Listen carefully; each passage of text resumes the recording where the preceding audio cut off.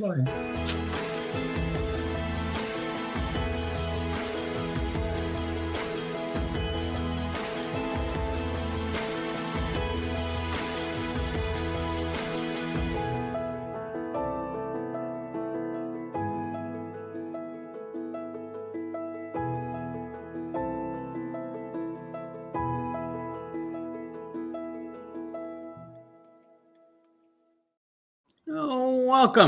to the Yahowah Blog. This is our family hour. We're coming to you from our library studio and from many other places around the country. We have Kevin and in the middle of the painting that Sylvia painted just this past week. That's a beautiful setting. You look great, very content in the lagoon. Was that lagoon reflections? Wasn't that it? Yeah, it matches your palette. Resilience Lagoon, yeah. Resilient, yes. Marketing Kirk's wife. I think that's a noble thing to do it. Kirk, you seem to be okay with that. So you have a way with words, sir. And Kirk's still under the weather, but it looks like the gabapentin is working pretty well for you. We had a little talk before the show. Kirk, to manage pain, has been given gabapentin because it's a non-narcotic and it has the least negative effects. And I say, so he and my beautiful yellow lab Asher are on the same drug. Are both on the same drug. Asher loves it, man. She says, "Say yes to drugs." She does. Oh man, does it ever give her a lighter step? And we have Dr. Jeff. You're at home, but with a different backdrop. Is that correct, or is that not home? Where is that? That is correct. We're at home in a different backdrop to try and cut out some of the excess noise and interference. You're further from the kitchen, is what you're saying. Absolutely. Okay. Well, good to see you, Jeff. And we have Leah and Cara over here. Has Cara got her purse? It looks like it's her champagne box. It's Friday. She's really into Bouffe Clicquot. So she's going to celebrate for the weekend. Yes, she's a party animal. Leah, Asher does gabapentin. Leah does Cara does champagne. And well, we know what the Wookiee does. He's hooked on cappuccino. He has had his cappuccino already this evening, so he's all set to go. And over there, Rich, how's the King of the Cables doing this evening? Doing good. All right. Rich is good show this afternoon. Tomorrow morning he gets to move into his new digs. He's got a multi-level condo overlooking Buck Island and the beautiful Caribbean Sea. And it's all lined up. Yeah, he no longer homeless. He's no longer. They haven't been homeless, pal. This this is homelessness. Intermediate period. I'm kind of spoiled. Wait a minute. Kind of spoiled. Yes. Yahweh's children are never homeless. Yeah, and this particular home is a pretty nice galley and kitchen setup. So here we go. Well, today was really an amazing day. We did the blog on the blog, and the main topic was how astounding it could be that in a week where the president of the United States says, I don't need to pay attention to Congress or international law or any of those things. I'm only limited by my morality and my mind. Mm-hmm. Which is none. The only restraint. Which is none. If you're studying Christian eschatology, which of course is not true, but nonetheless, in Christian eschatology, they have this concept of the Antichrist having a one world government. And so can you please tell me what would the difference be between what the Donald just said and what is opined for the Antichrist? Same thing. Yeah, nothing. Isn't the Antichrist supposed to model Satan's characteristics and be egomaniacal, sexually perverted, yes, murderous and a warmonger? Check. Exceedingly deceitful. Check. Would any of those be any different with Donald Trump?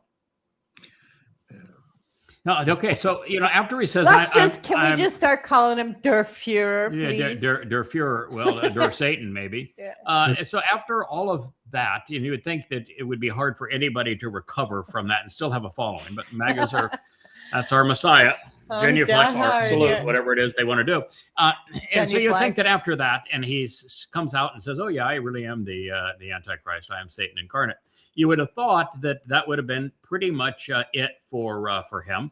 But then he doubled down and he said, I think that all those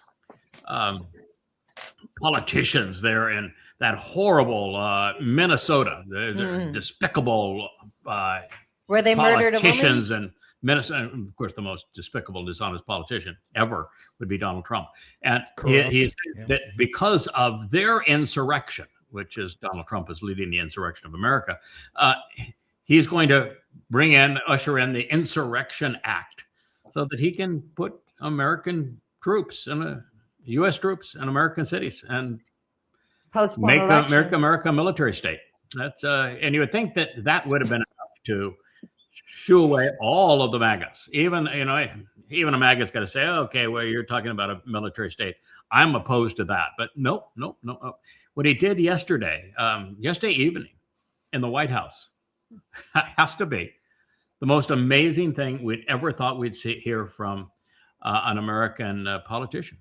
He says, I don't see any reason for us to have any more elections. Of course not. Amazing. Unbelievable. To defend Donald Trump after he says that, to be a MAGA at that point, you have to have your head so far up your tuchus that you will never see the light of day again. Nope.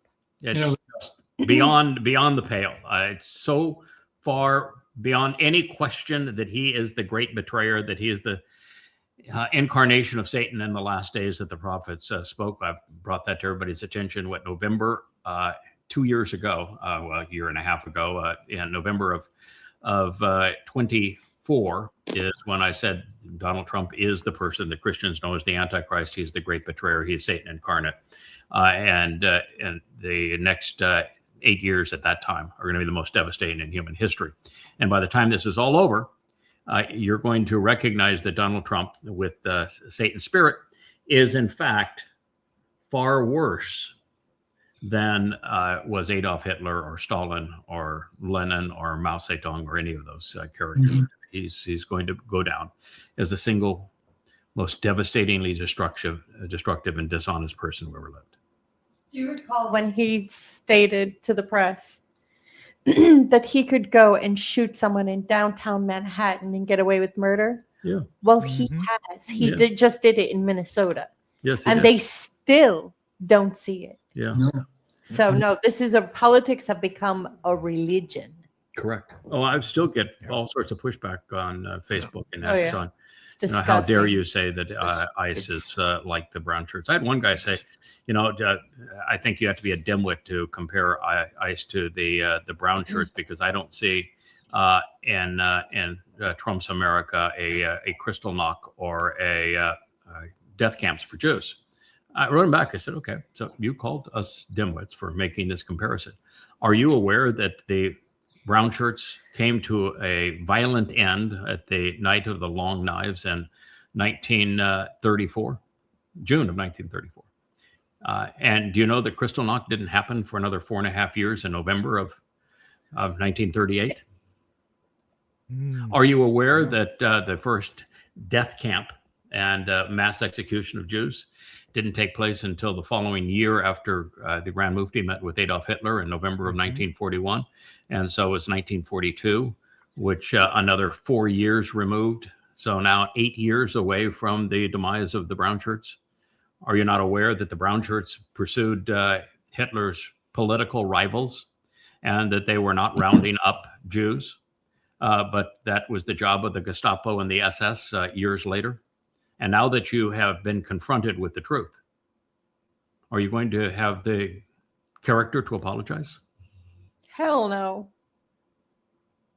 But this is what we're up against. Mm-hmm.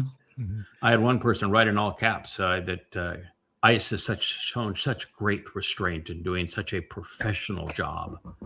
What? And, against all abuse by everybody. And I said, no problem. I'll keep your caps key in lock, and I'll share that with Renee Good. I think she'd be delighted to hear that. It's just astonishing, the period we're in. And we're, in this program, family hour celebration of the Towrah, you would think that we would turn directly to the Towrah of the prophets. But the reason that we talk about other things prior to that time is that this time is fairly straightforward. And that is that the prophets have a lot to say about this latter-day individual that is demon-possessed, and the damage he will do not only to the world and to his country, but also to Israel. And so it is our requirement, our job requirement, to expose and condemn the evil that lurks now in the White House and the consequence to the world of what's going to happen. And we do not say this as liberals. I'm too conservative to be a Republican. So we certainly do not say it as liberals. In fact, there isn't a liberal in our panel here. We say it as moral individuals who are informed and rational and who know precisely what the prophets had to say and are trying to warn people about the consequence of this. And yes, I understand that Trump's going after the Sunday people, not the Saturday people, that he is hunting Hispanics along with his political rivals and not Jews. It doesn't really matter the ethnicity. What he's doing is dead wrong. And beyond the fact that the people he's hunting down are decent people, family people, they're people that are employed and making a contribution to our country and have for quite some time. But beyond all of that, when race becomes your driving force and you have galvanized yourself into a community because of racial hatred, you're evil. It's all there is to it. And black, white, brown, or indifferent. And they will You're move just evil. from one race to another, and pretty soon it'll be just like the Aryan supremacy in Germany. Yep. Craig, Just wrong. Leah and fellas, we mentioned it's going to be the Insurrection Act to create a Trump world government. Keep in mind with the analogies that you make to Muhammad and other terrible characters in history. And also keep in mind that the likes of a Jeffrey Epstein assessed the situation and said, Trump is a bad guy. Yeah. There's very little difference between Trump and Muhammad. Both were equally illiterate. Both were absolute confabulators, no correlation between what they said and reality. Both were mass murderers. Sexual both engaged in human trafficking. Both were both had problems even managing incest in addition to pedophilia. Both were rapists. Very little difference between Muhammad and Donald Trump. That's probably why the Islamic potentates found him so easy to bring under their umbrella and bribe him. So it is really a tragic situation we're witnessing, and we're seeing designs on controlling the world. He wants to control Russia. He wants to control Ukraine. He wants to control Europe. He wants to extend the analogy that you've made, Craig. Hegseth is his Göring, and Miller is his Goebbels. Yes, it is. Yep, and his ego is to be the leader of the world. He said, I view myself not as a president of America, but as the president of the world. And he said that yesterday. This is his ambition. And it is frightening. All we can do is warn people about it, hopefully get their attention. The reason we do that, twofold, because it's always right to stand up against evil. But second of all, the first condition of the covenant for you to be part of God's family is you have to walk away from religion and politics. And to do that, you need to know how evil religion and politics actually are. So we're going to return to the text of Isaiah 57. I think you guys know that I did a long 2-hour show on it yesterday, or day before yesterday, I guess was the time, with the express purpose of not having to go back to the negative part of that. In Isaiah 56 and 57, we turned to it initially because I wanted to demonstrate from Yahweh himself that the Shabuwah harvest was a harvest of people, and that people are going to disappear during the fulfillment of Shabuwah. and the world will not know where they have gone. And yet God is saying you're going to a place of ultimate contentment and satisfaction. So the 57th chapter of Yahshua Isaiah and the first two statements has Yahweh in first person expressing this. But Yahweh, for the next, probably 10 statements, he zeroed in on one particular evil woman. And he called her everything from a sorceress, demonic, to a whore, pandering to people, faking adoration and love. And he told us that she was a great betrayer, betraying everybody that she had ever met. Oh, yeah. And that she was aided by a highly unfaithful and unreliable man. And God went on to describe what they did that was so hellacious from his point of view. And he's describing a particular woman that most of the listeners in this audience know. And he went so far as to say, I'm dispatching them to Sheol. I'm sending them to hell. And then he went on and condemned them all the more for being completely disingenuous. And what I was hoping to do with the 2-hour program is to be done with it. And then we could move on, because the last statement that I read was the concluding thought that Yahweh had on them. And I think it's Yahweh's preference never to have to mention them again as well. But, sometimes people just don't give you any other option. The problem in the world of just human interactions is that if someone falsely accuses another and the person that's being accused doesn't respond, they're presumed guilty. So you have no choice. If somebody is slandering you, you have to respond to them. It doesn't matter how absurd the lie is, you have to respond. Well, this individual in her group was slandering Yahweh, Dowd, the Yada Yahweh series, which we've taken 24 years of our lives to complete, the Yahowah Blog, all of you in particular, naming each of you, and myself and my wife. And after a while, God said, I've had enough. And he unleashed on them.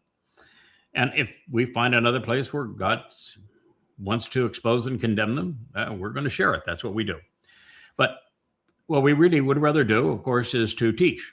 And we're in a really unique situation, guys. I think maybe a little perspective before we start back in Isaiah 57. Isaiah 57. And that is where we are and what we've discovered. As you know, we have written 35 books like this. This is coming home here in one of 35 books, translating the Dead Sea Scrolls into English in an amplified fashion and explaining insights that probably 10,000 of them no one has previously perceived. To explain exactly who Yahweh is, reintroduce Yahweh's name to the world, prove that it's pronounced Yahweh. Then to reintroduce his beloved Son.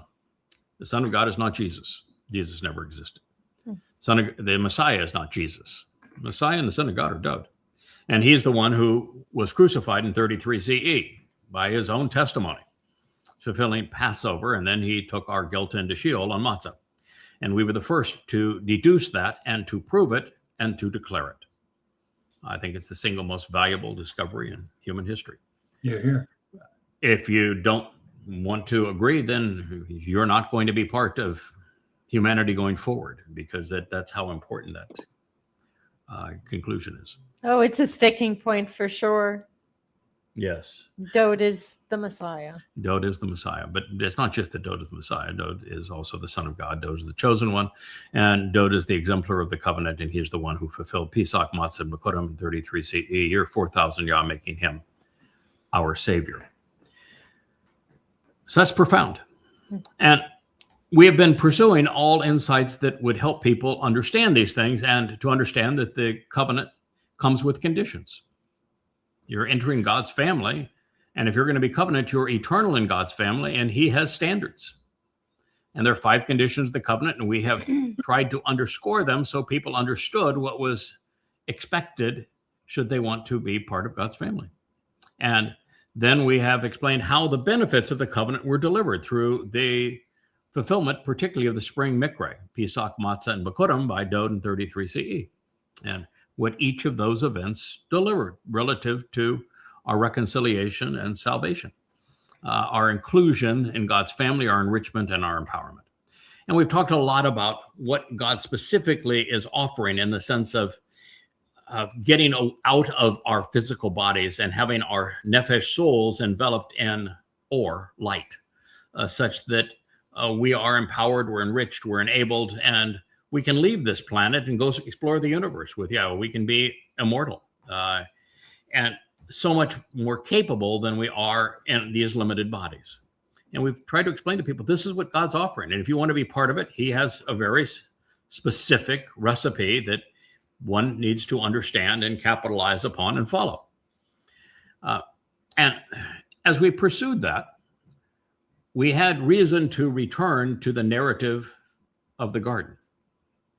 And the reason I keep going back to that is because God's plan, his story, began with Adam in Gan Eden, in the Garden of Eden. And he concludes his story with man by returning us to Gan Eden. And so we're only 7.5 years away from a remnant of humanity and the covenant family being invited back into Gan Eden, the Garden of Eden, as God restores the entire earth to the conditions of Eden for this remnant after obliterating all traces of religion, politics, and conspiracy, militarism, even patriotism, are all going to be expunged from the earth, and the earth will be returned to the conditions of Eden, and we'll have 1,000 years to prepare this mortal remnant that enters Eden with the opportunity to earn God's trust. Now, that sounds like an odd thing, to earn God's trust, because the mortal remnant aren't necessarily what you'd call saved. They aren't immortal. They're mortal, and they'll be mortal through most of that 1,000-year period. And so what we learn is that the story that everyone thinks they know about Eden with Adam and Eve and the apple and all of that sort of thing, and the serpent, very little of that is true. Yes, there was a man named Adam, or in fact, it might not even be a name, it just means man. The woman's name, however, was Chawah, which means to state one's mind. It does not mean Eve. And the experiment in the garden ended before Chawah was even conceived. So it wasn't her fault. And God doesn't say that man caused the fall of man. He says that he did. Mm-hmm. The fall is the term, that the verb that he used.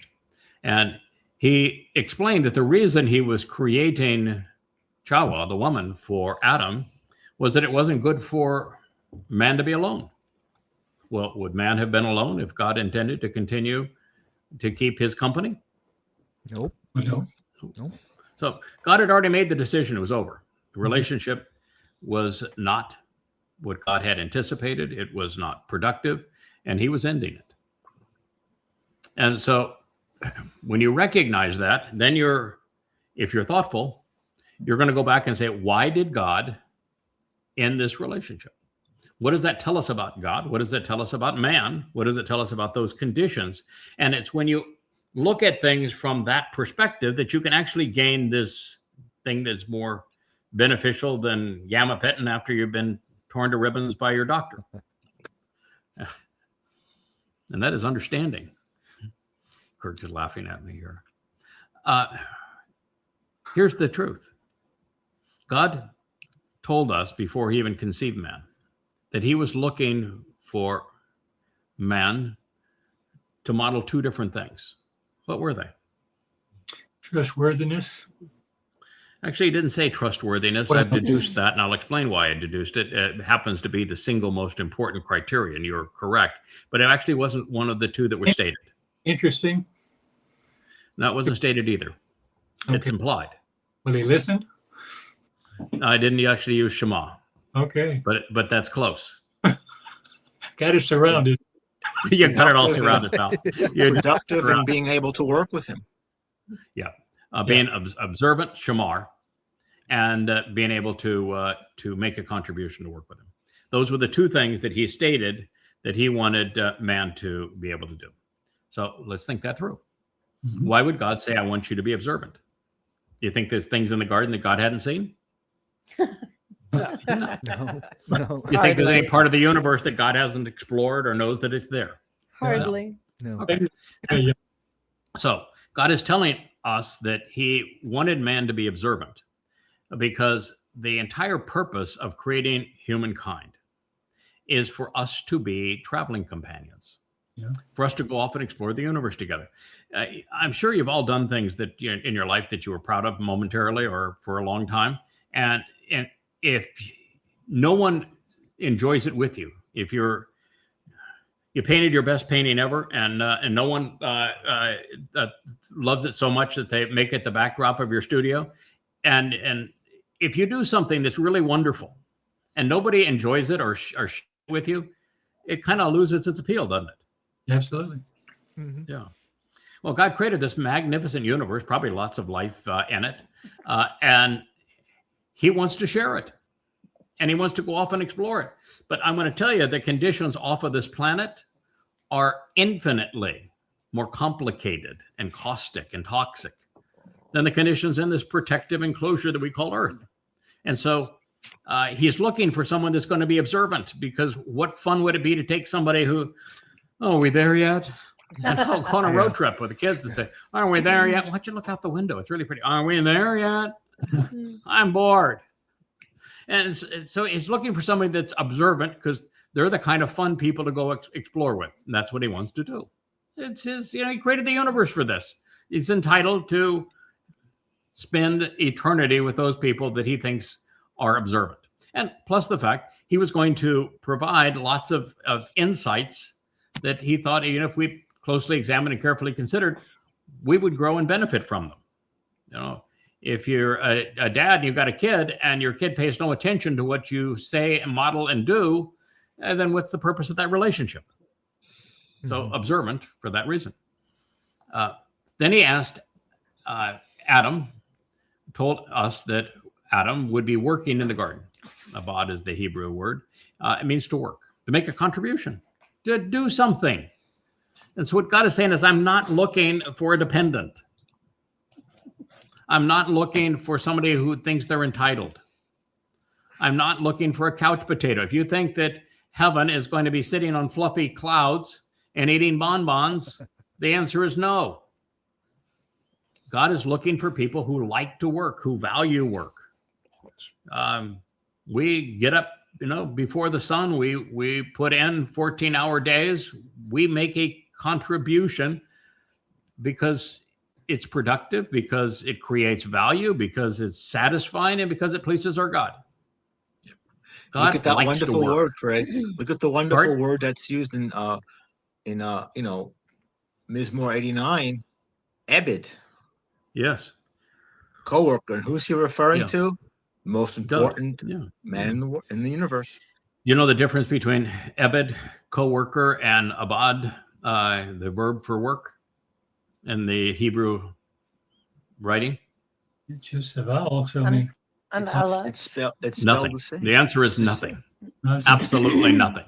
The verb and the noun are written exactly the same way.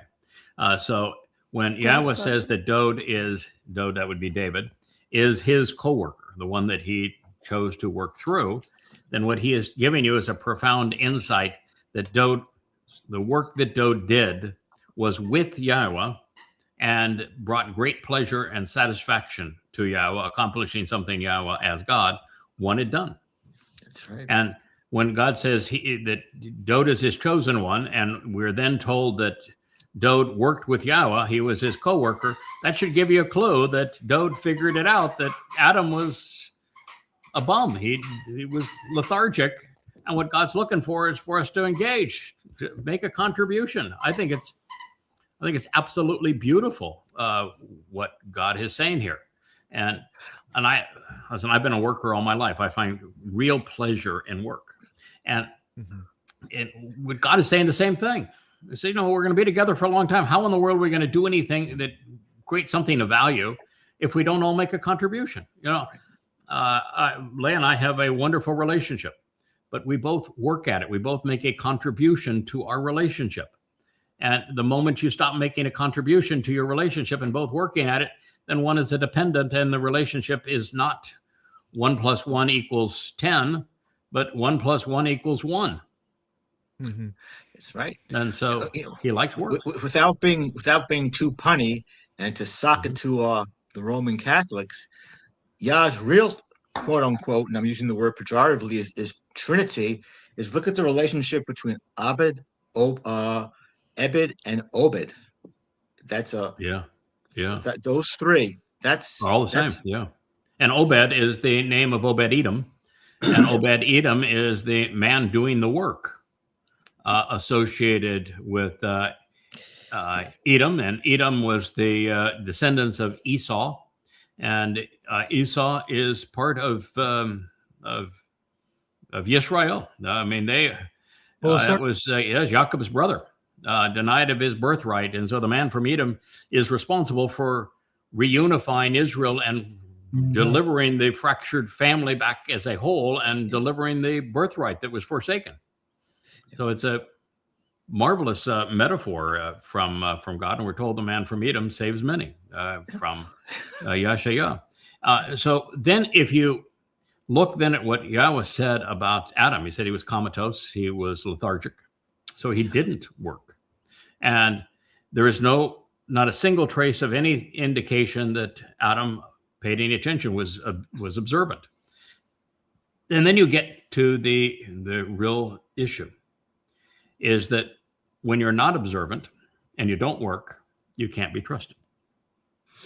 And there was no way for Adam to resolve that problem in the garden because it was too protected. When all the food that you could ever eat, perfect comfort, perfect safety, when everything is just peachy keen all of the time, you have no way to prove that you can be trusted. Yeah. And so there was no way for Adam to ever be anything more than a goldfish in a bowl. And that grew wearisome with God. And it's not because God's looking for perfection, because the man that God chose that he loves more than any other was imperfect. Dowd. So he's not looking for perfection. What he's looking for is the opposite of what Adam became. When Adam fell, he stayed down. When Adam made a mistake, he doubled down. And what God's looking for is when somebody stumbles and falls, they get back up and they demonstrate that they're capable of doing that. And when they make a mistake, they learn from it and grow as a result of it. That's what Dowd did. That's what Adam did not do. And so we learn a lot about what God was looking for in the garden. And then if you know what Adam failed to deliver and why God foreclosed on that experiment, then you come to realize what God's trying to achieve when he brings us back to Edom. And he's very clear that during Taruwah in 2033, which is year 6,000, the 23rd and the 24th of September of that year, God is very clear. He says, I'm going to incinerate all traces of religion and politics, the political and the religious. And then I'm going to transform the earth back into conditions experienced in Eden, the entire planet. Now, the same day, he brings in the mortal remnant of Yisrael from around the world that are only guilty of what he would call crimes of omission rather than commission. They were misled, but they were not misleading. And he's bringing Goyim, a modicum of Goyim that would be the same, all into Yisrael. They'll be purged by the sacrifice of the Adam of Parah, the red heifer. And at that moment, what you have is the new entrance to Eden. They'll be back allowed into Eden 15 days thereafter, 5 days after Dowd and Yahweh return on Bikuwrym.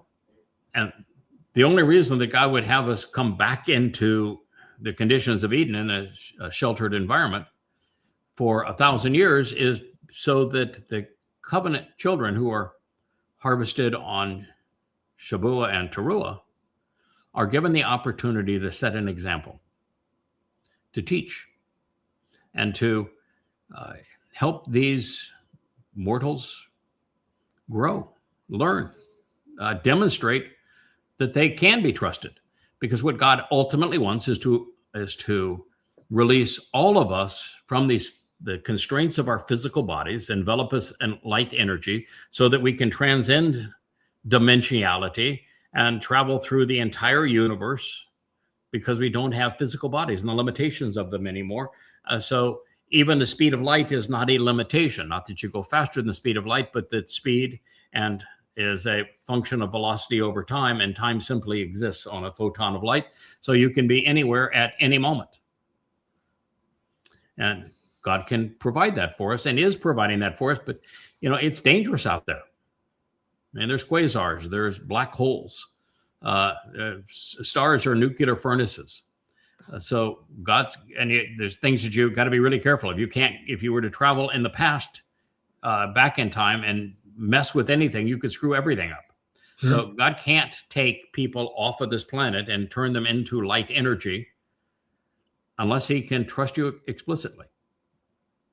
And the only way for him to do that is for him to establish this covenant, for us to understand what we must forego to be part of it, what we must accept to go forward with it, and then demonstrate that we can be trusted to work with him and engage with him, doing his bidding as did Dowd, and do so resolutely.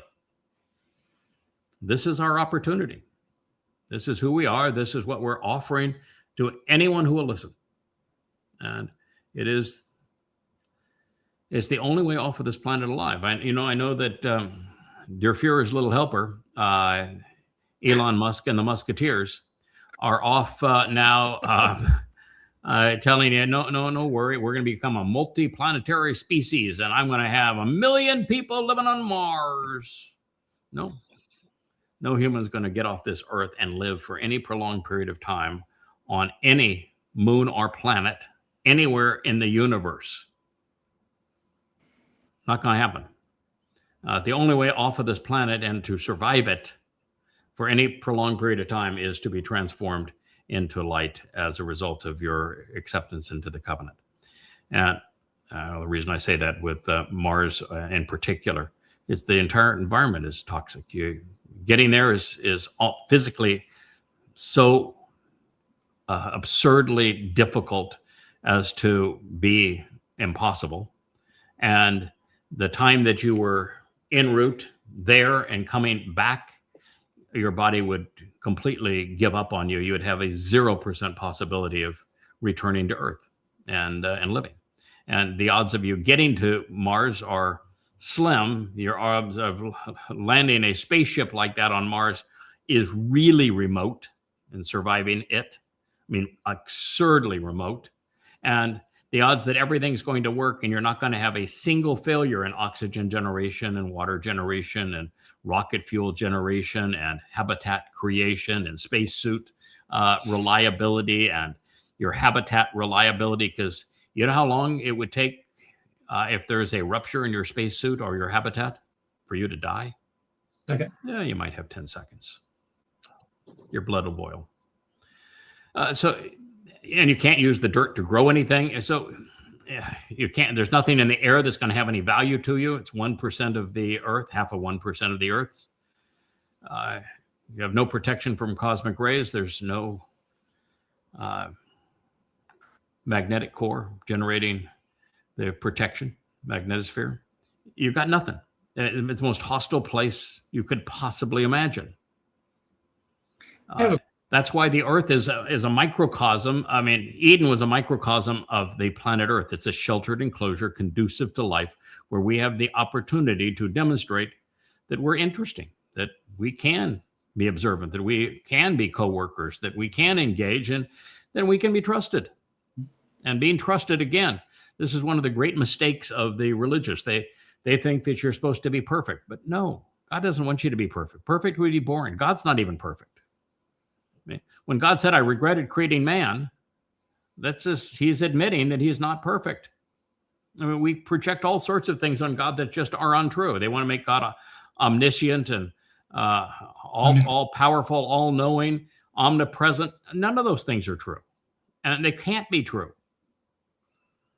And so, the fact is that God's very different than he's presented in religion, and this opportunity is very different than people perceive.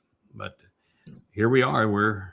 Our job is to convey what God conveyed to us so that you're in a position to capitalize.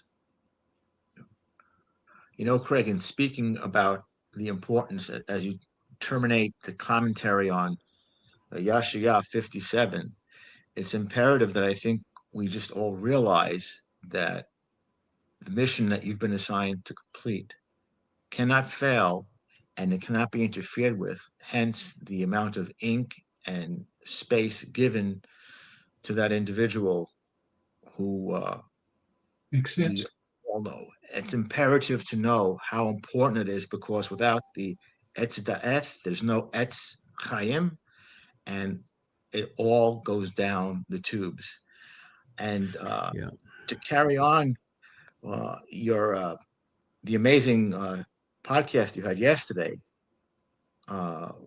going through Mizmor 89 and then doubling, quadrupling down on Yahshua 9, 9:6, 9:7 to make it even more potent was quite spectacular. And I'm biased here, but I'm hoping that at some point we can get into that, because that is very exciting. Yeah, it was I thought the most compelling hour that we have done thus far. It was in our Ocean studio yesterday. I pinned it to the top of the Facebook page.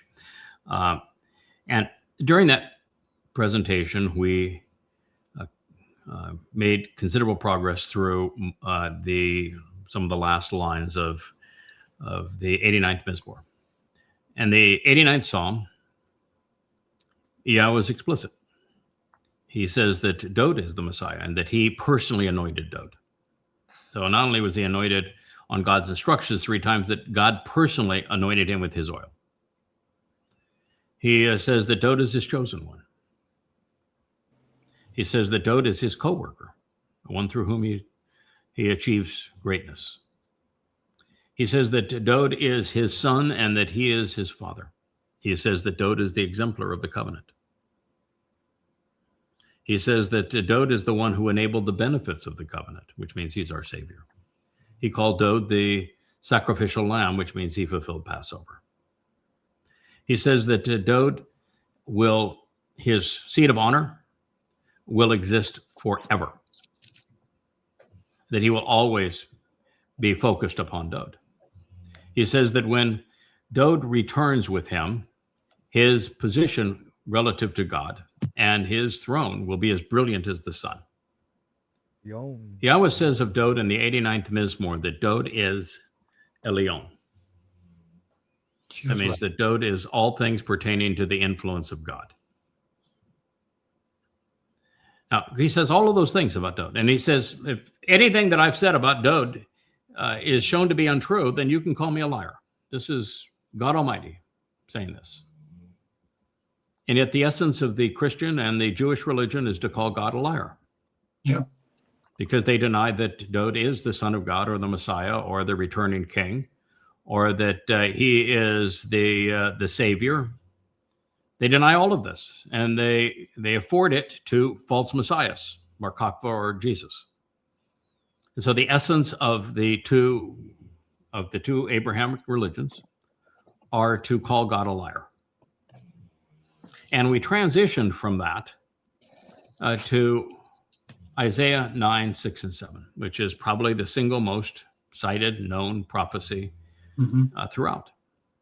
And one that's absolutely shown to have existed going back 2,400 years ago, the great Isaiah scroll. And there's multiple scrolls of Isaiah. There's more scrolls of Isaiah than anything other than Dowd Psalms. Dowd Psalms are the most manuscripts of Dowd Psalms in the Dead Sea Scrolls, and then followed by Isaiah. Then by the Torah scrolls, particularly Devarim, Deuteronomy. And so we transition to it because when you read what the words actually say, not what they're concocted to be in your English Bible, what their words actually say, and the name that is given in the midst of the prophecy in 9, 6, and 7 that speak of the Son who is given to us. There's only one person named the Son of God, and that's Dowd. Of this Gabor, of which Dowd is frequently called, it means this strong and capable fighter on behalf of God's people, Gabor, Dowd. A child born in the ordinary way, and then a son who was given, whose lives are magnificent, miraculous. There's a witness for Yahowah. And it names him right in the middle of it. And yet Christians steal it on behalf of their pretend God, their man God. It says right in the middle of it, it's Dowd. And so there shouldn't have been a single Christian on the planet. Now you notice that the Christian New Testament doesn't cite Isaiah 9, 6, and 7. You know why? They know that it speaks of Dowd. And the only way you can make it of Jesus is to have your God have amnesia, or your God have some other mental disorder so that your God is so stupid he can't remember his own son's name. He says it's Dowd. When you combine an accurate translation of Isaiah, Yashayah, 9, 6, and 7, which I translated from the Dead Sea Scrolls, with the 89th Psalm, it's just over. It completely obliterates the pretense of Christianity or Jesus or Judaism with its founder, with Akiba creating the false Messiah, Bar Kokhba. Devastates them. And that was the conclusion of our Ocean Studio presentation yesterday. It was beautifully brutal, Craig. And I used the terms: you annihilated, eviscerated, and castrated Christianity, Judaism, and Islam. You essentially ripped the heart out without using anesthesia, and to a point where you were more Gaborish than usual. And I got the impression that Elia was blushing about it. Yeah, Elia is pretty forceful as a communicator. And what I told you, you shared that with me last night in the evening and with Leah and a personal phone call. And what I said to you is the same thing I'll say now. I didn't create that argument. All I did is accurately render and explain the 89th Psalm and make the connection, which is called a bien in Hebrew, with Yashayah, Isaiah 9, 6, and 7. I made the connection between the two. And when you bring those two texts together, they eviscerate Christianity. They annihilate the myth of Jesus. I said today on one of our shows that I killed Jesus and I would do it again. I did. And there's 5 volumes as part of this series. And as part of this series, I completely devastate the lie that is Christianity. Jesus does not survive it. And if a man can kill Jesus, and I want to tell you, in my case, there's no resurrection. There's no birth of Jesus. There's no Christmas. There's no Easter. There's no resurrection. There's no nothing. He did not exist. He was conceived by Paul in 52 CE, and I prove it conclusively, overwhelmingly. And I prove that Paul was nothing but a liar, that the Christian New Testament is just a pile of lies. It's irrefutable. And I don't have to have any outside sources. The entire 5 volumes, almost 4,000 pages, is based entirely on comparing Peter, Paul's, Mark's, Luke's words to Yahweh's words, to Dowd's words. And they don't match. They're absolutely opposed to one another. And the fact is that Yahowah proved that his are true through prophecy. There is no fulfilled prophecy in the New Testament. And when somebody claims that they're speaking for God and misquotes God and conveys a message that's the opposite of God's, they're lying. There is no other option than that. They're just lying. And in the case of Paul, it even gets worse than just lying about God choosing him, because he never once quotes God accurately and misquotes God 100% of the time. But he also claims that he was chosen by his mythical Jesus. But how many times, fellas, does he actually cite something from mythical Jesus? Not one time. Zero. Goose So how egg. could you be so stupid to believe that there was a Jesus that authorized Paul to be his lone disciple to the world when he never once quotes Jesus, ever? Ever. And how many people in the Torah, prophets, and Psalms were authorized by Yahweh to speak for him that didn't use Yahweh's name? Not a single one. Not a single one, zero. Paul never mentions Yahweh's name. Yeah. No, there's not mention of Yahweh's name anywhere in the Christian New Testament. They're not inspired by Yahweh. And how many of Yahweh's prophets have a confession that says, oh, yeah, well, I had a really big ego, so Satan had to control me, so I'm demon-possessed? Never hear that. My pal, Yeshua Isaiah, I don't recall him ever saying something like that. No. I hear him getting really excited when he finally meets his Taruwah, and the man from Edom gets into that wine vat with him, and we start sloshing around. But no. Now, there is one person who admits that he's demon-possessed. Well, I don't know if he personally admitted it, but it was Yahweh said he's demon-possessed. One person in the Torah, prophets, and Psalms. It's the prototype of Shaul to come. The king Shaul King admits that he was demon-possessed. Of course, he tried to change the Torah to suit his interests and got too big for his britches, and that's what happened. He gave way to a demon. Now, you know what's really interesting about that? Because we were talking about the programs about how could somebody who was active working in the covenant family, making a contribution, go from that to being described as demonic and being sent off to hell? Well, the answer is also in Shaul, isn't it? Because after the people picked Shaul and God said, they've rejected me by picking him, God says, I'm going to give them what they want. And he had his spirit come upon Shaul. Said, I'm going to give them what they want. I'm going to tell them why it's wrong, but I'm going to give them what they want. And yet he turned on Yahweh. He turned on the Torah. Well, he had every advantage in the world.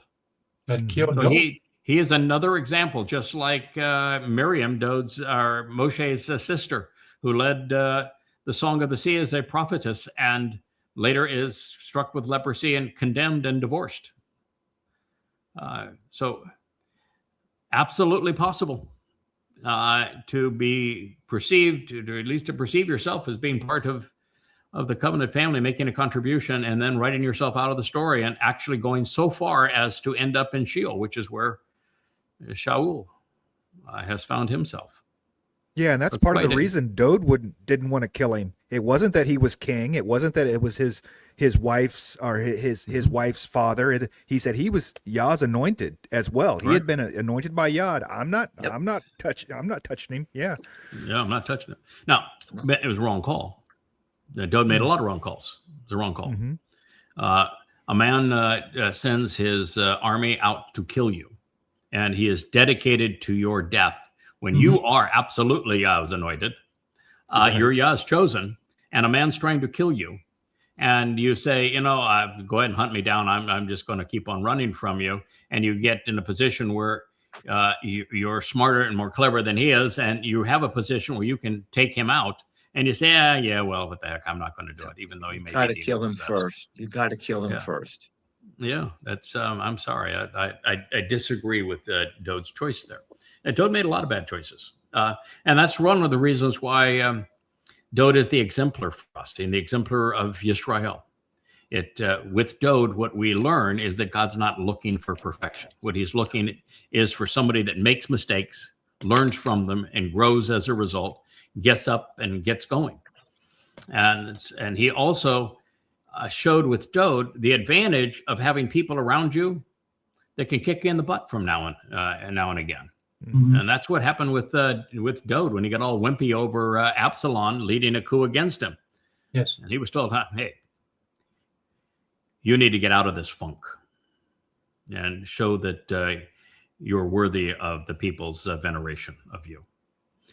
So it's why Dowd has a herald going forward, a lesser luminary to reflect his light, and somebody that he can bounce ideas off of, and who can occasionally put his arm around his shoulder and say, "Hey, pal, that ain't the best call.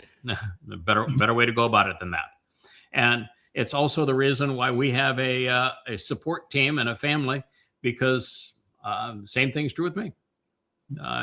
You guys are responsible to say, I don't think that's the right move. I think you need to think it through, and let's try a different tactic. And we have to do that with one another. God does that with us. Why shouldn't we do that for one another? Right? Yeah. So within 57 minutes, you've destroyed, with the same material that Elon has and his program has, you've proven he can't do a damn thing that he says he can. You've wiped out Christianity in the most obvious way, just like that. So in 57, pretty much cleaned up the earth. So if they'd listen, we could take care of Islam too if we give me a few minutes. I'd be happy to take care of that too. While we're here, while we're all together, while we're here, and to repudiate Judaism, I'm happy to do that too. In fact, I can actually repudiate Judaism and Islam in the same sentence. Pretty straightforward. We've denounced politics. We've denounced religion. Why we do so? Because God's real clear. If you look at who he chose to work with, look at Noah.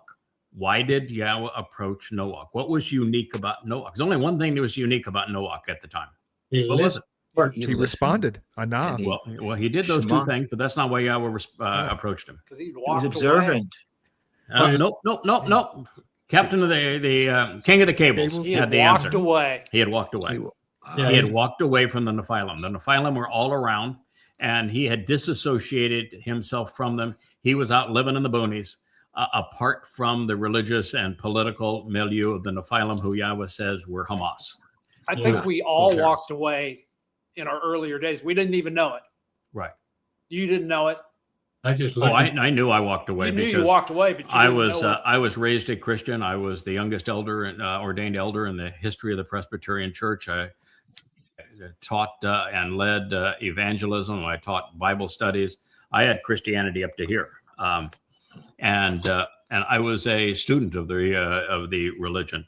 And then gradually, I have kept on asking myself questions that no one could answer. The lead Hebrew scholars and major universities whom I've encountered, they couldn't answer the questions. And I realized that there were 100 questions that are unresolvable in the Christian religion. And I finally said, why am I believing something that I know to be untrue? So I disassociated from Christianity. And in politics, because I made a fortune in business, I was coveted by politicians because they covet money. And the more I came to know them and the more I came to study the history of my nation, the more disgusting I saw them and it. And so I left both. So I left politics and I was disgusted by it. And I was very political, extremely conservative and political, and a patriot and pro-military and all those kinds of things. And, I'm the opposite of that now. I'm not the opposite of conservative. I'd still be conservative, but all the rest of it. And I am antagonistic towards the religion of Christianity, having written 5 books to disprove it. So I had walked away. When Yahweh first introduced himself to me, I didn't know his name. That was the same thing with Moshe, same thing with Noah. Neither knew his name when he introduced himself. Same thing would be true with Abraham. But I had walked away from religion and politics. And all of us have to have done that to some extent before Yahweh's testimony is going to resonate with you and you can make the choice to learn more and respond to him. So we've all disassociated from religion and politics. That's the thing that made Noach special. And now from that point on, the lesson of Noach is that after you leave religion and politics, if you listen to Yahweh and do what he says, then you and your family are going to do really well. You're going to be saved, even if all people fall around you. And what Noach did is God said, these are the instructions. I want you to build this boat. And Noach did as Yahweh asked, and it worked out beautifully for him. Mm-hmm. And that's the moral of the story and the lesson of the story. And the same thing ultimately true with Abraham after they walked away from Babel. He and his wife and listened to what Yahweh had to say and ultimately responded to it. Worked out beautifully for them. So this is part of our responsibility, is to get people to realize that religion and politics are evil. They're counterproductive. They lead people in the wrong direction.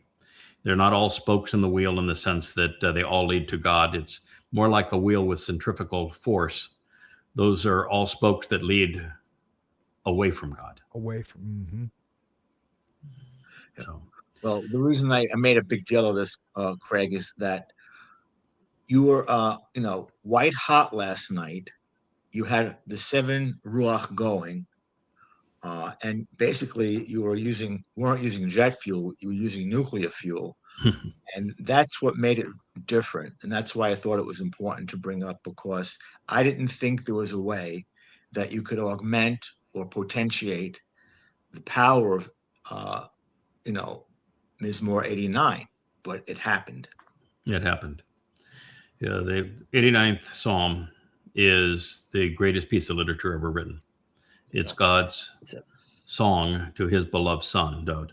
Mm-hmm. And in and of itself, it proves that Dowd is the Savior, the Son of God, the Messiah, the returning King.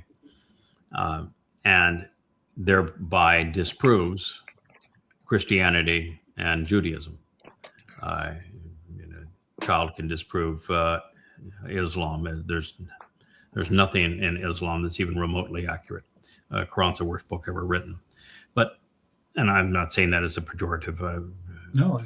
I've earned the right to say it because I've written 4,200 pages, 5 volumes, by reordering the Quran chronologically, setting it into the context of Muhammad's life using the earliest and most credible hadith sources. And by doing so, I have conclusively proven that Islam is a death cult, and that Allah is not a god and Muhammad wasn't a prophet, and far worse than that. So I say it as a statement of fact, not opinion. But these are important things to know.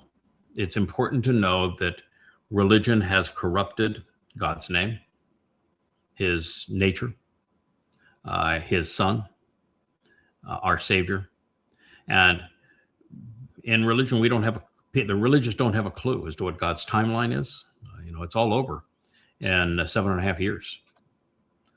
They'd have no idea what the next event is, which is the fulfillment of Shabuwah, what it represents, or what's going to happen on Taruwah or Bikuwrym on Sukkah, or why God's going to eradicate the religious and the political before he restores the conditions that were enjoyed in Eden over the entire earth. But this is our mission. This is why we're here. So if we return to Yeshaya 57, we are now to the place where the prophetic witness is now a good guy. God has transitioned from really the horrible statements that he had to make about the malcontents. And he is saying there's a much better option. The option comes very highly recommended. And therefore, this concluding statement of a previous verse, the people who created chapter and verse designations had no concept what they were doing. They certainly didn't understand the text.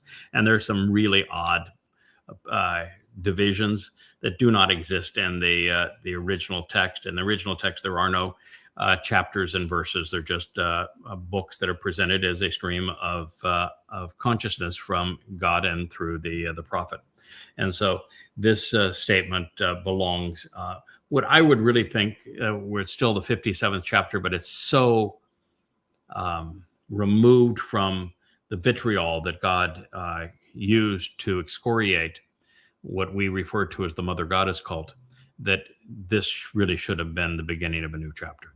And it reads, however, the one who takes refuge in me, the one who seeks my protection by trusting and relying on me to keep him or her safe, comforting them, he will be allotted and he will inherit the material realm, the land, the earth, and he will become an heir to my set apart mountain.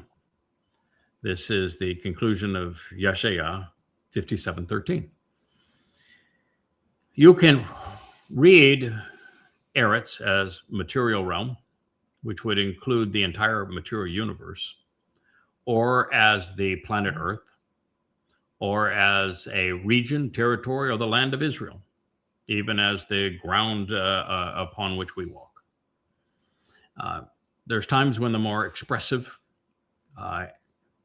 comprehensive meaning seems to be appropriate. This one, I rendered Eretz as the material realm, which would include the entire universe.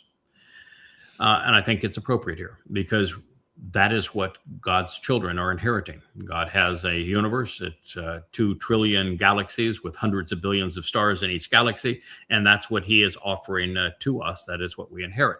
But it all revolves around Mount Moriah, his set apart mountain. And, that is where his son fulfilled Pesach, Matzah, and Bikuwrym. It is where we will fulfill Taruwah, Bikuwrym, and Sukkah. So this is the place where God will reestablish with Dowd his covenant home and the home for his name. It is all on Moriah. And I can assure you, there will be a cleanup at least 3.5 years prior to that time when Satan's scars, the Dome of the Rock and Alaska Mosque, are gone. And that entire Temple Mount will be purged. It will be taken back to the conditions during Dowd's life and Solomon's.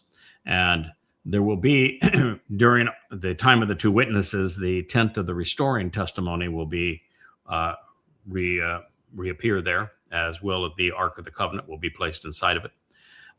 And then after Dowd returns, Dowd will have the opportunity to create the final home for Yahweh's name, most likely out of light. No reason to build it out of stone.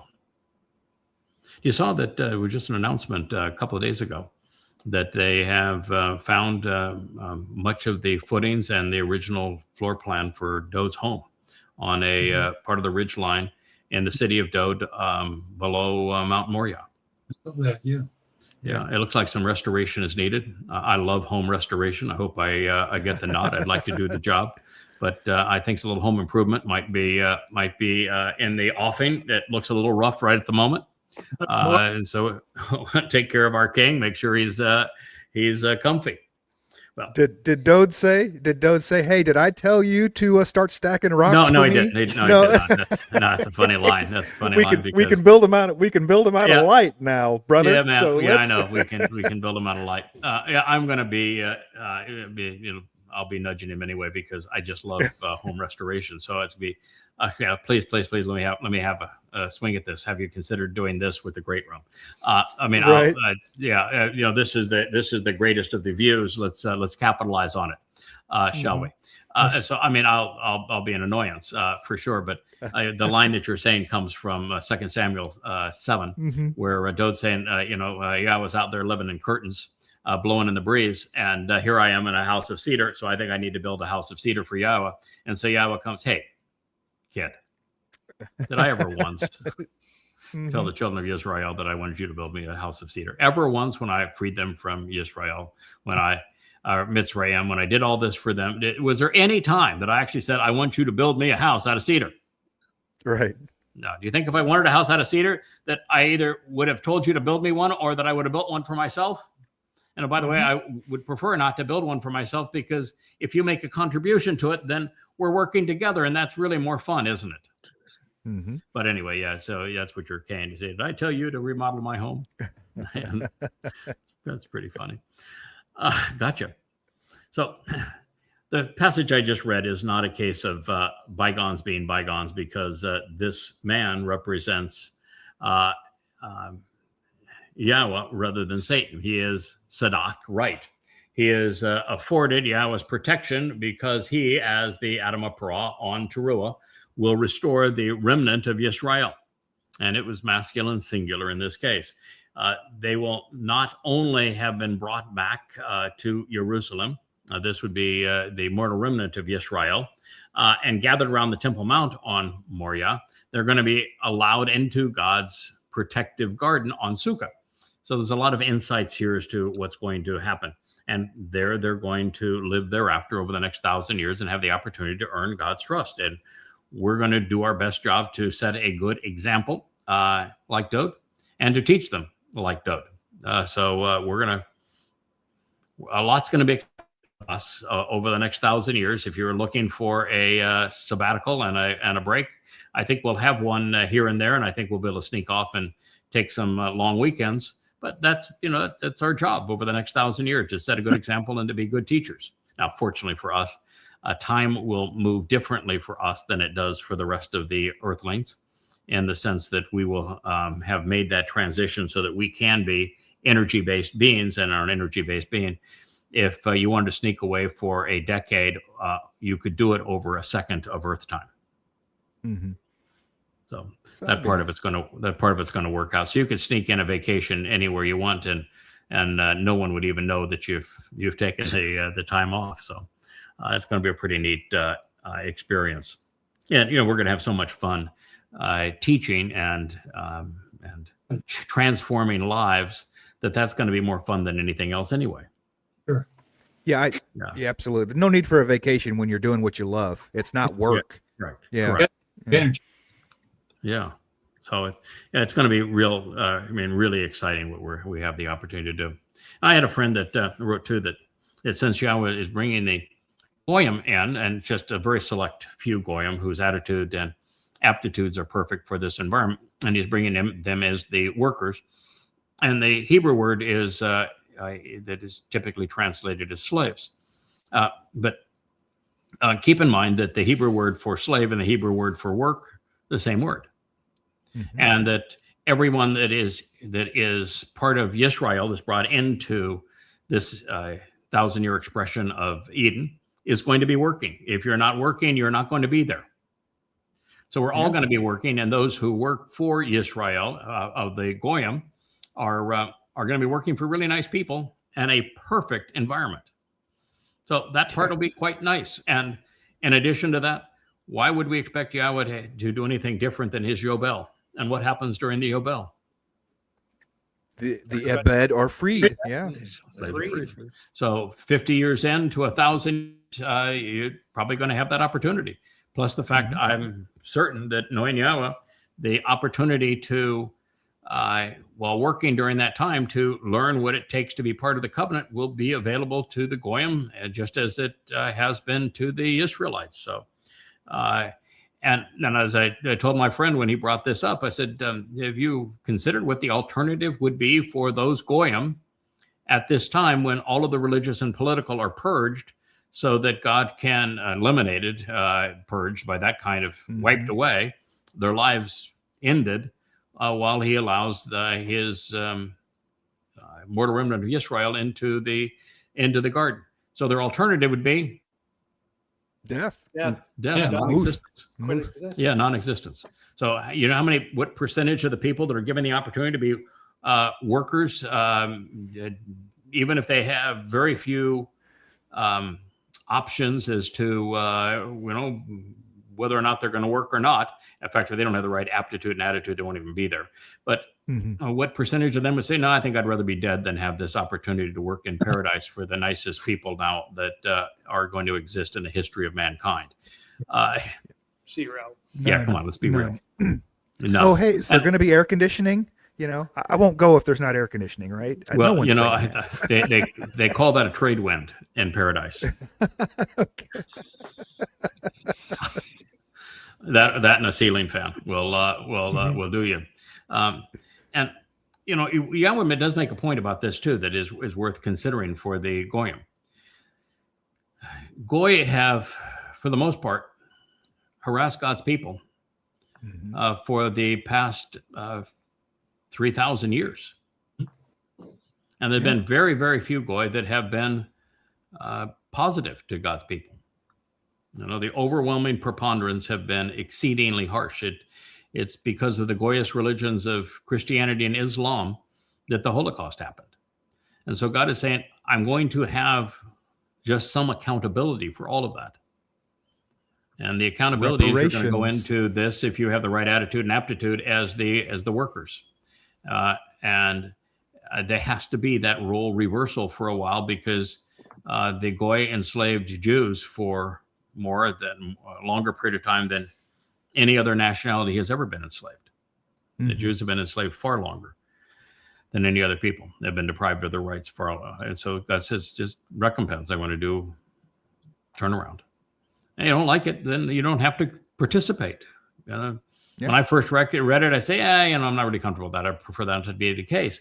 And then when you think about it, say, well, that's a pretty nice option considering the alternative. And here's all the positives associated with that. But it really gets right down to the nitty gritty on all of this. It's God's home. It's his universe. He gets to make the rules. And he'll have to be consistent on his rules. But once he makes the rules, that's it. None of us, even if we were to take a vote and the vote was, 10 to 1, if we're voting against God, it doesn't work. It's just not in our. I have never opposed God where I found out that was really a good call. Yep, Craig, right. You really nailed it there. You won that argument against God. You're going, It's stupid. So if you don't like something that God said, well, maybe you need to adjust your mindset, or maybe you don't belong with him. Yeah, and throughout the Torah, he's not opposed. How to put? We were having this conversation the other day. Not opposed to slavery. Okay, he's not saying this is something that.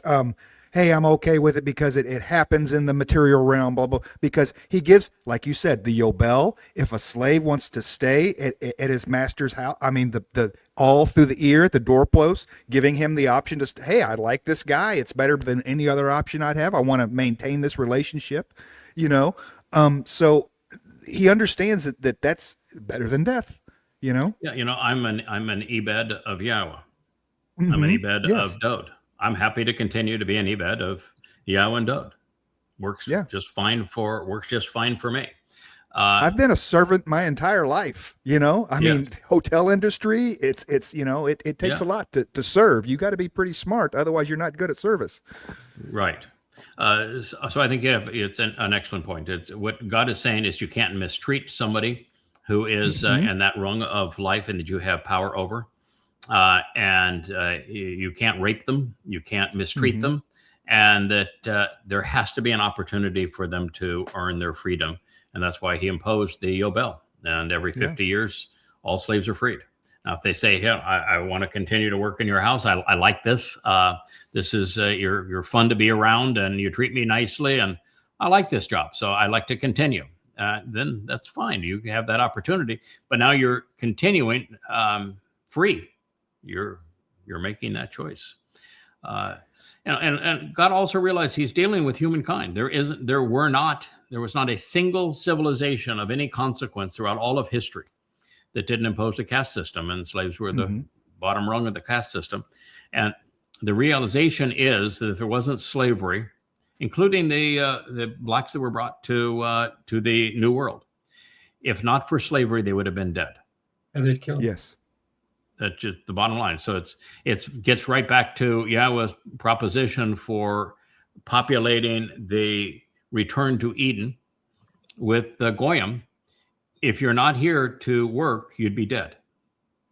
So I mean, I happen to dislike slavery as an institution. I don't like servants. I'm not comfortable around them. I'd prefer to work myself. I'd prefer to serve than be served. I've always preferred that. Even as the CEO of public companies, I felt that I had to set the example and work harder than anybody else. And I felt that I had a responsibility to serve the people who were working for me and also my customers. And that's the attitude that I've always had. And I don't think there's anything wrong with that. But God's realized that that has been 100% of human civilization. And so his advice had to work within the realm of humanity. And so he just set different standards. He said, can't cheat them, can't abuse them, can't hurt them, can't rape them. And you have to eventually free them. Recognizing that if there were not slaves, they would all be dead. And that ultimately working for somebody has value. So there's going to be a Mowedym is brought back to Moriah around the Temple Mount. They're going to be allowed into God's protective enclosure of this earth for 1,000 years on Sukkah. And this will all be in concert with his chosen implements and those associated with him. So I'm inspired to conclude Yahweh's assessment, which we have done now, of the conflict that he foresaw 2,700 years ago between his tzedakah, which is the one who is correct, his nakar, his observant foreigner, and the adversary Zanah, demonic woman, and the Zanah, despicable whore, concurrent with the Shabuwah katsir. God said that's the dividing point. That's the point of conflict, which is where the tzedakah and nakar remove a group of devoted covenant members, and they go off to Shamayim, and those who thought that this harvest was for them and was theirs are not going to be left behind, but they're going to wonder why they were left behind. And that's the dividing line. And then God goes off and says, well, it's because the woman leading that group is demonic, and she's a great betrayer, and she's despicable. So, well, I've shared my thoughts along the way quietly, and from the beginning, I've been struggling to determine why such an insignificant coterie of imbecilic contrarians would garner the most comprehensive and condemning rebuke that's found anywhere in the prophets. You know that this rebuke that God has of those who thought they could claim the Shabuwah harvest as theirs while changing Yahweh's name and besmirching the tree of knowledge and condemning the Choder and Yahweh's Nakar and the covenant family. Do you know why? Well, first, do you know that it is the longest, yes, most vitriolic attack God ever brings against any group of people? Yes. Ever in the Torah and prophets? It's the only time where he specifically says, I'm sending your souls to Sheol, hell. Mm-hmm. So you got to wonder why, because in my view is that whole group is comprised of people who are so pathetically lost that they aren't the value of navel length. That this is a group that doesn't, other than to say, well, that slander is untrue, and I'm going to protect the value of these 35 books that I've written for Yahweh, and I'm going to protect the Yahowah Blog, and protect the covenant family, and protect my wife and my credibility from their attack. Other than doing that, when they just get so vicious, you have to respond. Yeah. I'd prefer just to ignore them because they're not smart enough to debate. When they make mm-hmm. a claim and you go and say, well, what you just claimed and the passages that you quoted actually prove the opposite of what you're claiming. And they can't learn, they can't process that, they can't admit, well, I'm sorry, I was wrong. I shouldn't have said that. That was obviously wrong. And we've done that every time they have brought their proof statement of their argument. And so I wonder, why would God pick them? Why would he take this opportunity to be so condemning in this rebuke? Craig, we made a comment, I think we've gone over this, fellas and Leah, mm-hmm. that to interfere and get in the way of Nakar is to get in the way with my lesser luminary, who is also my son, is to get in the way of my greater luminary, who's my firstborn, is to get in the way of what I have ordained and want. Right. And yeah, I think it's true. I think that And because God set this up such that he realized that for the last 2,500 years, there wouldn't be a single person that would listen to him or understand the proper pronunciation of his name or what he and his son achieved as co-workers fulfilling Pesach, Matzah, and Bikuwrym. They wouldn't understand the terms and conditions of the covenant. They wouldn't understand the purpose of the Moed Mikre. They would have no concept of the timing of the fulfillment of the final four and what they each represented. And therefore, there was no chance whatsoever that God was going to be able to fulfill Shabuwah, Taruwah, Kippurim, or Sukkah. And therefore, Dowd could not return as king because there was no one to return to. And there would be no reason to restore the earth to the conditions of Eden because there was no one to live in it. And had we not collaborated on this, and had he not foreseen that that was going to be needed, then it was all for naught. The human experience would end just like it ended in Eden. No one goes forward. it's embarrassing as a Yehud that most Yehudim don't even know what Ehiyah Asher Ehiyah is, where it's located, what it means, and the rabbis have it all screwed up. They don't even know it's the basis of, God's name. Yes. Yeah, they have no idea why God said, I am whom for the basis, the benefit of the relationship I am. Ehiyah, Asher, Ehiyah, tell the children of Israel that Yahweh has sent you. That is my one and only name for all time. And they no concept of what that means or why God said it that way or how Haya defines God's existence or how it tells us how to pronounce his name. And the only letter that isn't defined with the proper pronunciation beyond Haya in Yahweh's name is the Wa. And what is the verb? There's one verb in Dowd. It's the Wa. That's why they were named Yahud, which is a compound of Yahweh's name and Dowd's name. Mm-hmm.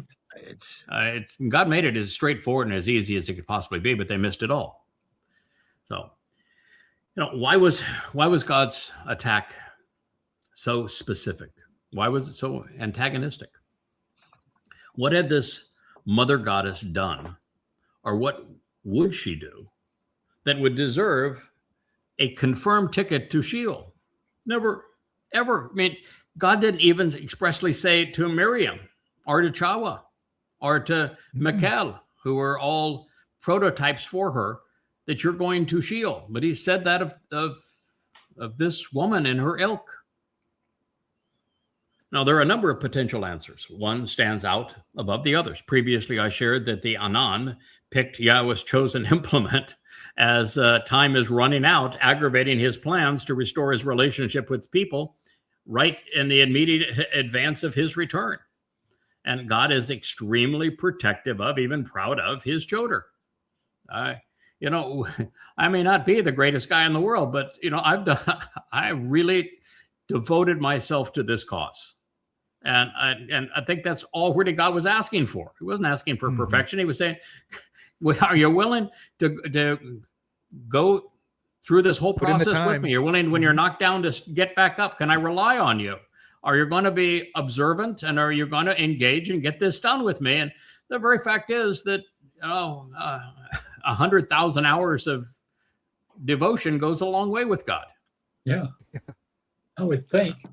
Tag you're it, n equals 1, case closed. Yeah, it's there's upwards of 1,000 prophecies pertaining to this, and God's not going to spend that much time talking about it if it's not important. So Yahweh and Yada are inseparable. That's what God has laid out. He has told us that in the Isaiah 56 that we are inseparable. We are a team. And God always works through people, and this is the person he chose to work with. You can say, I don't think he should have chosen Dowd. You could say, I don't think he should have chosen me. I don't have any problem with that. I don't think he should have chosen me either. But the fact is he did. And the fact is it's undeniable that he did. And so who are we to say, well, he made a mistake? Maybe he did, but he's all in. And so I understand the reasons now why he made that decision. And, I think we've done a pretty decent job of living up to those expectations. And he's been pretty consistent.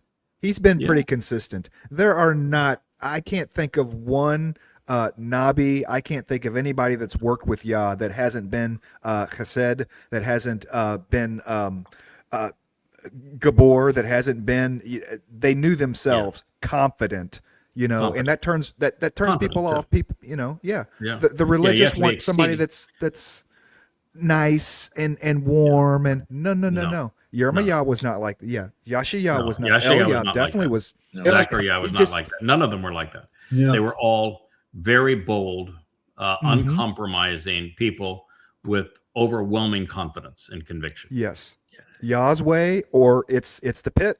It's off with you. I have read all of them, and a common denominator among all of them is they were bright fellows. Mm-hmm. And they were all articulate. They all had a very substantial vocabulary. They made connections between things so that God could say something. And then they would say, oh, yeah, that makes sense because you said this over here and this now, and these things fit together. And now I understand it. Mm-hmm. So they all copped an attitude. They were all a little sarcastic. They all had tremendous personalities, passion for the work. And there's not a single one of them that gave up. Yeah. Mm-hmm. They got time, Times got tough, but Moshe wanted to give up. Dowd wanted to give up, but they saw through. They got back up when they fell. Yeah, Gabor, Chazak, Chachma, Bien. I mean, this is that whole list that Yahweh has of the Towrah in Yashaya 11. It's that list plus the added strength of Chachma, which he says constantly that those who represent him are Chachma, bold, blunt, uncompromising, resolute, have conviction and confidence in what they do. Why would you not? I mean, you work with God. I don't know how you would not have confidence. But confidence drives the people who are insecure crazy. It just, yes, that's the ultimate needle in their side is they're drawn to people of confidence because that's the thing they crave because they're insecure. And yet when they're exposed to it, they despise it because they don't have it.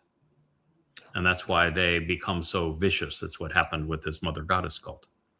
Well, I think it's kind of a delicious irony that one of the other titles that you have is, the rod of divine justice. So you'll get to have, they will get their comeuppance. Well, in the case of this particular group, I don't even have to make that determination. It's already been made. Don't you think? You think that's why? Yes. No, listen, I would make that determination because for no other reason than I love my wife. She did not deserve to be treated as they did. They were vicious towards her. And I would be totally unfair. As dedicated as my wife has been to Yahweh and to the Towrah and to the covenant family, to have her have to endure an eternity with people who treated her this viciously. And so I would exclude them for that reason. But Yahweh has gone far beyond excluding them. So Yahweh also told us clearly that he gave his 7 Ruach to the Towrah, and there's no one else in the history of humanity that fits that role. And that role is of a man, absolutely unequivocally. And that man is the tree of knowledge according to Yahweh. He is a Gabor, which means he is a very strong and bold individual, a man. So the Towrah can't be anybody else. Now, previously, I surmised that the seductive whore earned this rebuke because she misrepresented Yahweh's nature and his name, which she did. Not only creating a mother god and then presenting them as hermaphrodites. God turns out God's not in favor of transgender, particularly as it's going to be for himself. Equally condemning, she and her ilk have denied Dowd's fulfillment of Chag Matzah. They said he could not have fulfilled Passover. Not only untrue, but it's deadly. which is grounds in itself for eternal banishment. It's one thing to not know what you're talking about and be misled. It's another thing to know the truth and to deny it. Also, after disparaging my wife, this individual claimed to speak for God. This is very much like Miriam, and God's already set the precedent for that. You do that, and you are forever divorced from God. You are akin to having leprosy. And God's response to Miriam was vicious. He says, it's like your father spit in your face. You have somebody come down with leprosy and you send them outside of the community, and then you dress them down by saying, it's as if your father spit in your face. God's really upset. And this was worse than what Miriam did, because Miriam said that she spoke for God and never actually said anything against Moshe, just his wife, and wanted to make the claim. And this woman went way, way, way, way, way beyond that in all possible ways. So that would have been, so for God to be consistent, he has to deal with this. And God drew a vicious and graphic response to Miriam. That's one of the things that's hated in Rabbinic Judaism. Rabbinic Judaism, they condemn God for overreacting to Miriam. They say that Miriam was right in criticizing Moshe because Moshe's wife was not Jewish. Now, God never mentioned her accusation of the wife because that was prophetic for what we would endure. It had nothing to do with that argument. What God responded to is she claimed that she too spoke for God, and God says, no, if you speak for me, you know it. And everybody knows it because I make it really clear who is speaking for me. And it's quite a responsibility to speak for me. So don't pretend to do that. This was God's response to that. And the rabbis have a conniption fit and say that God grossly overreacted and was completely unfair to Miriam. And they view Miriam almost as a saint, maybe as a saint. And the only woman they come to defend. The only woman rabbis will come to defend is Miriam, because they defend her, and they defend Rachel too. They hate Leah, who is the mother of Yehuda. They defend Rachel, who was the one that hid the idols and was so embittered. She's the one who died delivering Benjamin, who she called One, distressful and miserable. So. They're on the wrong side of everything. The rabbis are. They despise God. That's why they erased his name. So also, after disparaging my wife, as I say, this individual claimed to speak for God, and God said, no, you don't. And she would even follow in Chawah's footsteps, replicating her selfish misappropriation of Yahweh's instructions to impose herself as a goddess. And since there is no voice of a mother god anywhere to be found in the Torah and prophets, she is the voice of her mother goddess. They're one and the same. The Zanah tried to steal the next ingathering, Shabuwah, for herself, claiming that Yahweh's Zeroah, one cultivating the harvest, was actually killing those, which is what they said, that he is actually serving, thereby potentially precluding thousands from capitalizing upon God's generosity through her confabulations. That's deadly from God's point of view. He says, no, my Zeroah is cultivating the harvest. And they said, nope, he's not. He's killing everybody. That's slander that hits right to the heart of what God's trying to accomplish. On another occasion, I revealed that God is particularly irritated when those who have been given access to the truth return the favor by rebelling against him and his testimony, becoming naysayers, because that's an insider rebellion. That's why God was so frustrated with the Jews. They were given access to the truth and they turned against God. And then they spoke for themselves and claimed that they were revealing a Towrah when it's their rabbinic arguments in the Talmud. So that is the thing that God dislikes the most. And there is also the issue of fracturing the family and breaking the covenant, something that Yahweh will not tolerate. That's a horrible thing that you can do, and that God constantly says that his children, Yisrael, broke the covenant with him. That's why he divorced them. But in the end, I think it all comes down to this. Yahweh didn't want any of them in his covenant family. That's the harshest thing I could possibly say, but that's the only conclusion that I can draw. He didn't want them in his covenant family. And the reason he didn't want them in his covenant family is because he didn't trust them. Yeah, I was going to say. And the reason he didn't trust them is for good reason, because they proved not to be trustworthy. So since I had shown them the way, he resolved the problem. And this is the thing I've always asked of God. I said, I'm writing all of these books that tell people exactly who you are and what they need to do to be part of your covenant family and live forever. God, what if there are people who read these books and act upon the instructions that you have given, that I have now explained and shared, who become part of the covenant, who don't belong? Am I responsible for that? Because I don't want to make it too easy. I want to make certain that it's hard, that people really have to work at it. I really want them to have to read these books and to learn from them. And there's 35 of them. And I want them to have to go through this process for several reasons. One is, if I just gave you the answer, you wouldn't appreciate it. You certainly couldn't understand it. And all you would do is be going through the motions because you wanted what God was offering. Mm-hmm. Well, that's not the answer. God's not looking for somebody who's going to be a dependent, who is just trying to do whatever the minimum thing is, that doesn't understand any of it. That's not what he's looking for. So I was always, I think I've said this a 1,000 times, I've always been more concerned about telling too much information, giving too much away, than I've ever been on the opposite side, for fear that there's somebody allowed into eternity that pesters God. And this is God's way of saying, not to worry about it. I got you covered.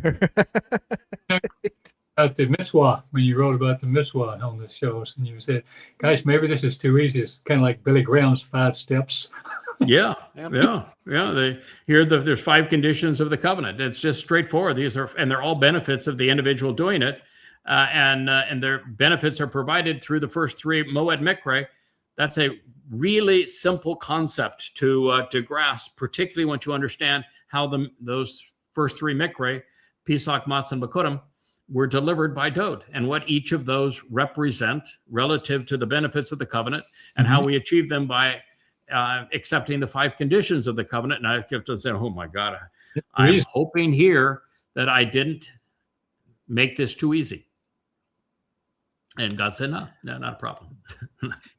Not a problem. I got you Craig, covered. It's in a way, Yah saying, my Yeladim, it's a marathon, not a sprint. Yeah, that makes sense. It is this the family, and that's one of the things we learned from Eden, is that just because you were on the inside doesn't mean you stay on the inside, right? Yeah. You can be expelled if you prove yourself not to be reliable, and that's what God is looking for on all of us. Not looking for us to be perfect. Just that if we make a mistake, we own it and learn from it, and if we trip and fall, we get back up and get going. I've gotten mad at God a couple of times. Once I shared on a program here not long ago, and I know it was bothered you, Kirk, that I expressed it didn't bother you in the sense that I endured a matter of frustration with Yahowah, but that just enduring that alone, it was, as a brother, you're saying, I wish I had been there to help. And I got frustrated because this insider rebellion became so vicious toward me and my wife. And I was saying, what did I do to deserve this? I mean, I've been really, really steadfast and helpful in everything you've ever asked, and I'm going to continue to do so. But I didn't. You didn't need to do this to me. Why are you in allowing this to happen? And I got frustrated. I had my brief Moshe moment. I didn't say kill me, but I did say these people are impossible, and you've given me an impossible job here, and now you're making it more difficult.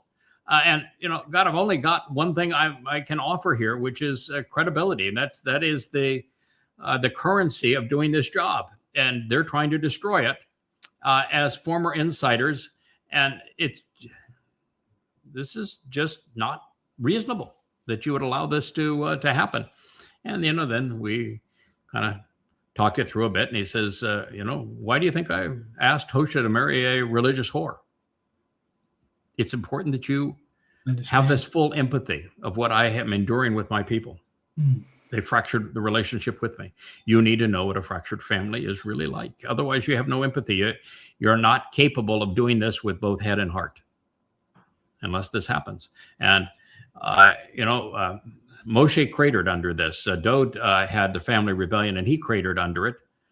I need you to prove that you won't. Mm-hmm. So, yeah, as my wife would say, suck it up, buttercup. Put on your big boy pants and keep going. This stuff happens, and you need to now demonstrate that it's something you will rise above. And I think that's important to God, is to prove that doesn't matter what you bring against him. He's my guy, and he's going to be resolute. He's going to prove that he's Chazak. And so I think that's part of it. And then God said, oh, by the way, I do have your back here. I have released these prophecies, and you're going to find them. And as you find them and share them, you'll find that I've got your back. And it's all going to work out just fine. So I think that was part of it. But still, it is, occasionally in a relationship that's been this long, this close, this productive, you're going to have moments you say, okay, God, I think you push the envelope here. This is right now bordering on allowing hostility to impede my family. This is right next to that which where you are not going to allow.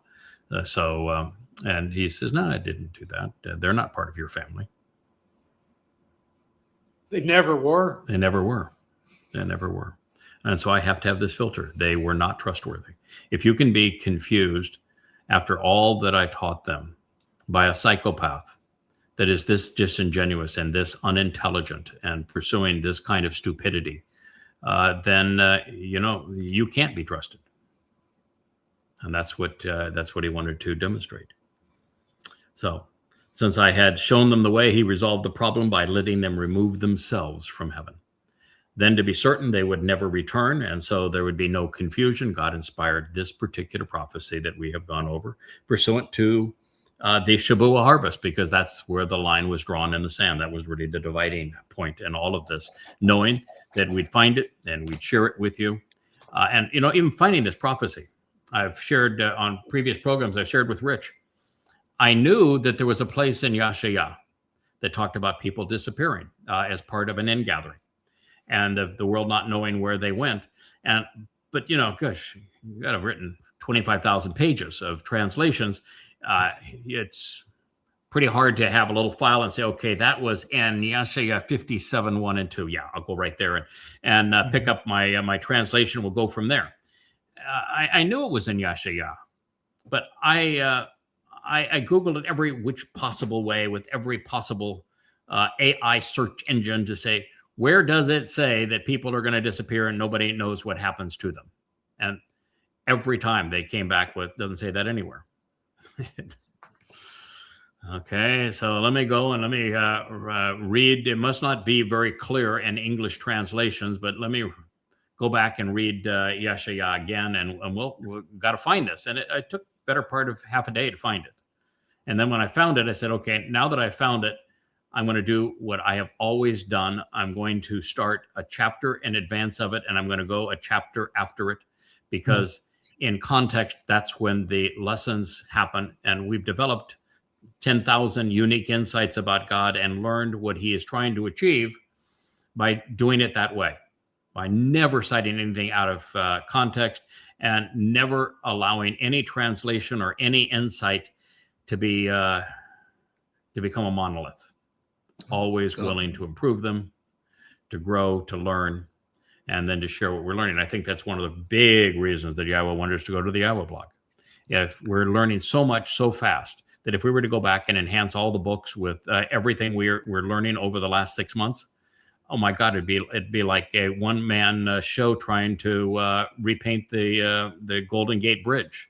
I mean, you'd never get it done, and the marginal utility would be nil. So this is a way that we can learn on the fly and share the moment we discover something new. Yeah. So that's what we have. Expeditiously, you're going where the words lead, which is what you've done. Yahweh knew we'd find the prophecy. He knew that it was exacting, that we were in a position to understand it, that we would share it, and that this would be his answer. He knew it, and we did.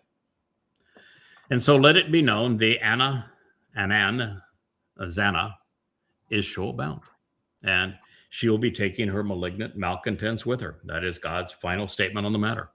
They will not be included in the Shabuwah Katsir, nor among those who will enter Eden during Sukkah. Fair is fair. And boy, every one of them, I pleaded with them. I said, don't do this to yourself. I know where this is leading. Don't do this to yourself. Don't do this to those you love that rely on you. This is a horrible life decision.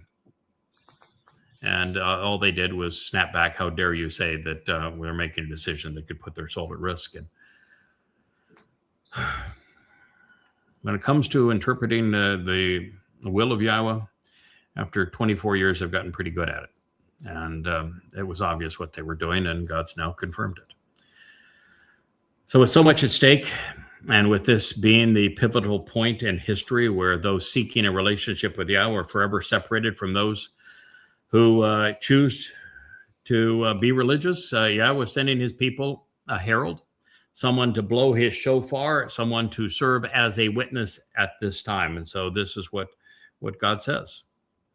Then he will say to the one making the announcement. He introduced all of this by saying he has a tzedakah, a man who is right, and that he is the hanakar, the observant foreigner. And now he's saying that he will make this pronouncement. And this is what he'll say. You should choose to value and highly regard your decision to pay attention and to turn around, to prepare and make ready the elevated path to be raised up and lifted on high, choosing to be empowered and enriched by removing obstacles and stumbling blocks from my people's way. That was a very famous statement in Yeshayahu, I think the 41st chapter, that where God speaks of the voice calling out in the wilderness to remove the obstacles and prepare a raised highway from our world to God's. And that voice that calls out is his nakar, his choder, his observant foreigner, the person that he has chosen to declare this message at this time, the very person speaking for God. And here he is recounting that, because this is now the 57th chapter. And so Yahweh is saying, yes, he will say, as the one making the announcement, he is going to Amar. You should choose to value and highly regard. This is your choice. It was presented in the imperative mood, so it's your choice, but he says you should choose. In fact, he has his nakar is making the statement. He is encouraging people to choose to value and highly regard. Your decision, free will and all, to pay attention and to turn around and prepare to make ready, panah, this elevated path, this raised highway, to be raised up and lifted on high, choosing to be empowered and enriched by removing the obstacles and the stumbling blocks. The only way that you can be raised on high in the next 1,000 years is to accept what Dowd did during the fulfillment of Pesach, Matzah, and Bikuwrym, and thereby be part of the upcoming Shabuwah harvest or the final Taruwah gleaning, because everybody else is a mortal remnant. They're not lifted up on high. They're given an opportunity to end up in that position. But you cannot be lifted up on high unless you're one of those who capitalizes upon the Shabuwah harvest or the Taruwah gleaning, but you cannot capitalize on them until you understand specifically who Yahweh is, what he's offering, what he's expecting in return, how to meet the 5 conditions of the covenant, and realize that the benefits are delivered through the Mow'edym that Dowd David himself fulfilled. Unless you understand that and capitalize upon it, you cannot be part of the Shabuwah harvest. The Shabuwah harvest is a Bikuwrym harvest. It's the result of Bikuwrym, which is the result of Dowd fulfilling Pesach and Matzah.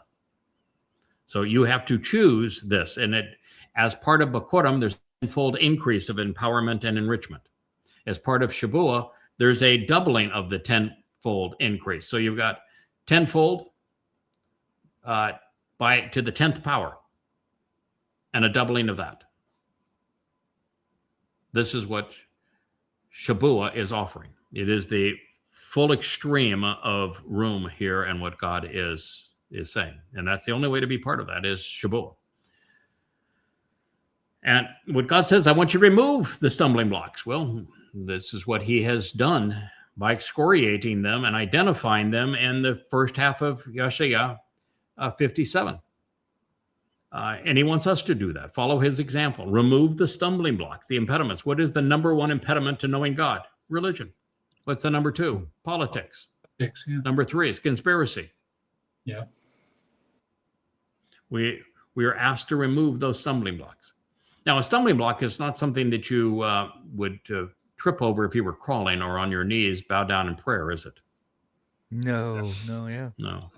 So this is a raised highway, and there's stumbling blocks on the raised highway means that the people that are going to be benefiting from it are walking, and God doesn't want them tripped up on the way.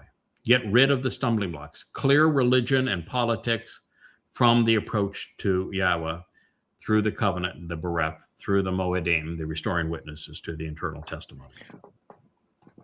Get them out of my people's way. So you need to excoriate Christianity, which is the number 1 stumbling block, Judaism, the number 2 stumbling block, and Islam, as well as conspiracy. They all have to be cleared out of the way.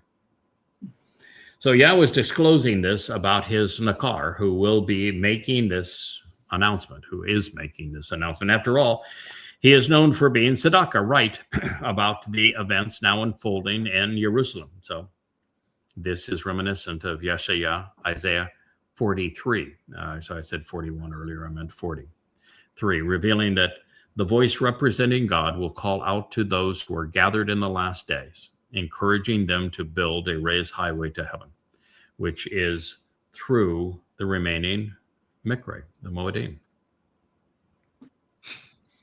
And remove the stumbling blocks, which means remove all traces of religion and politics. But there may be something slightly different, I think. Go ahead. I was going to say, no, Craig, this harkens right back to Mikael. Yeah. I see a connection there. Correct me if I'm incorrect. Yeah. No, I see it too.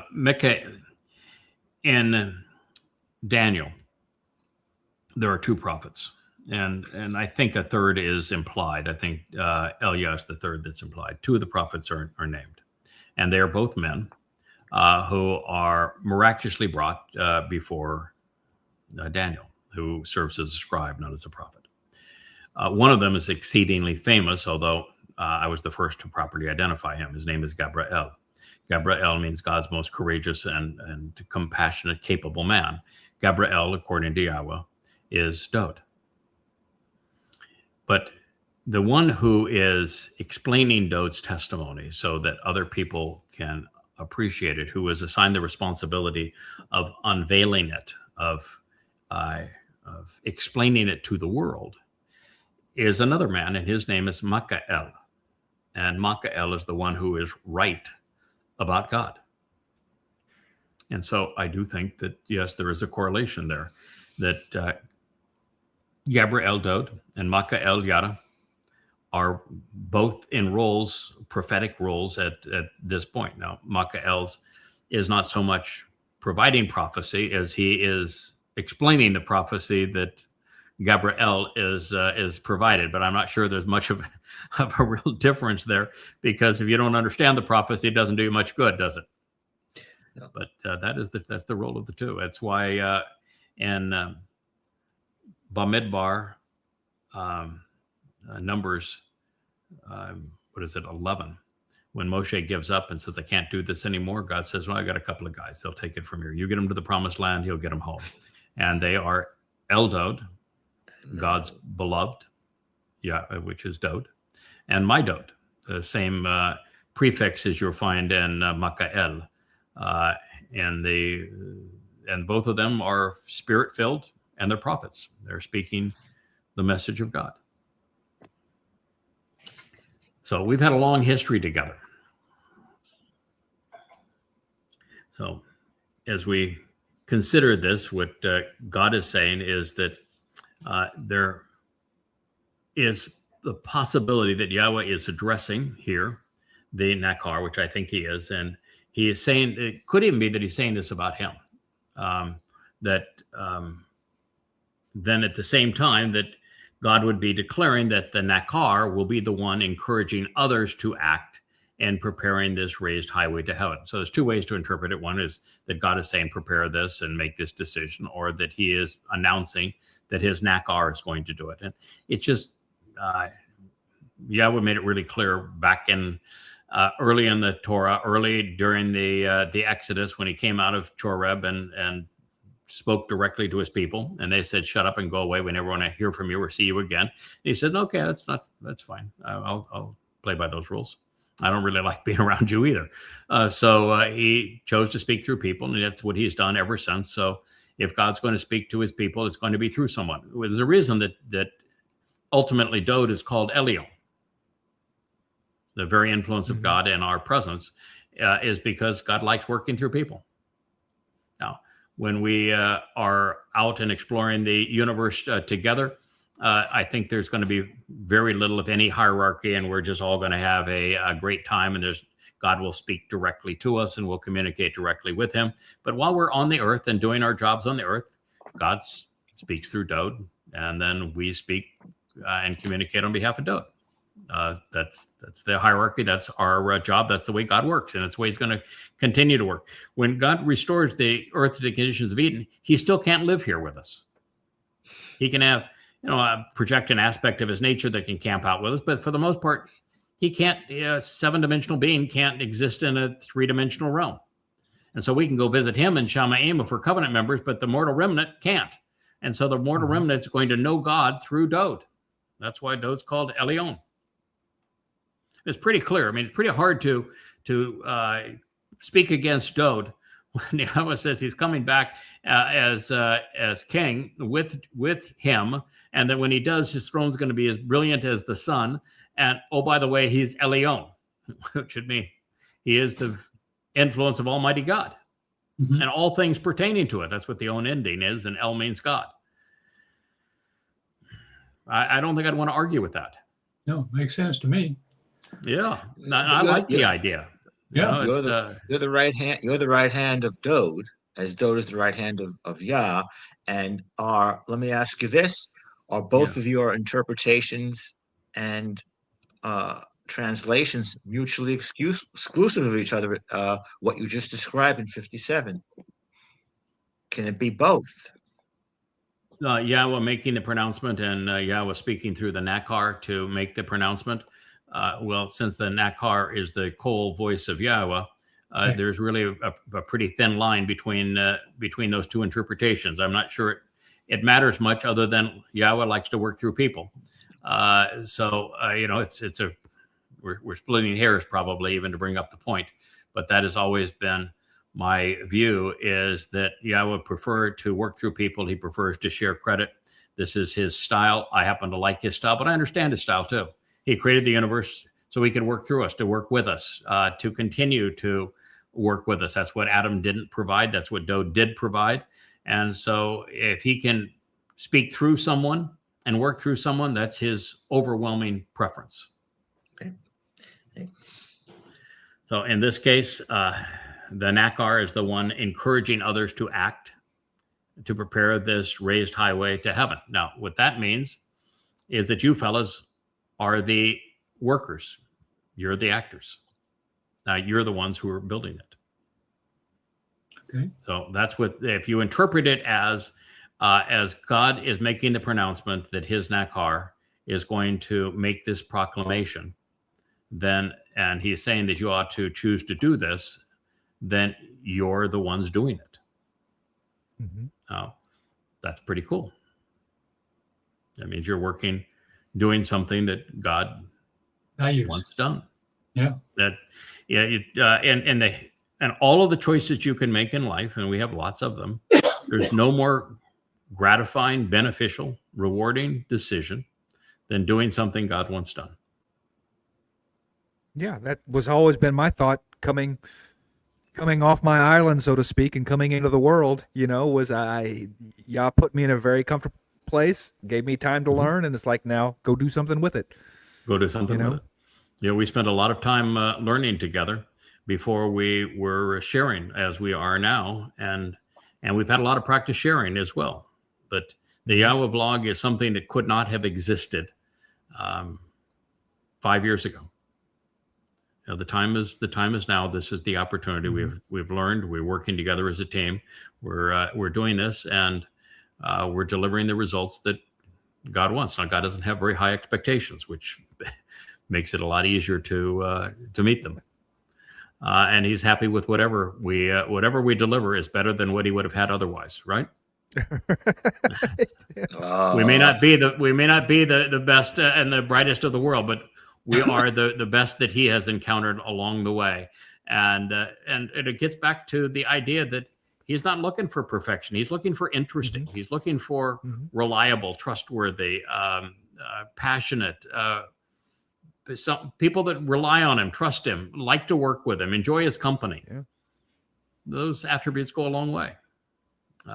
Being reasonably bright and being devoted to the cause and reasonably articulate so that you're willing to come off our islands and to be out here in the open, expressing God's testimony. I mean, that's a real plus from His point of view.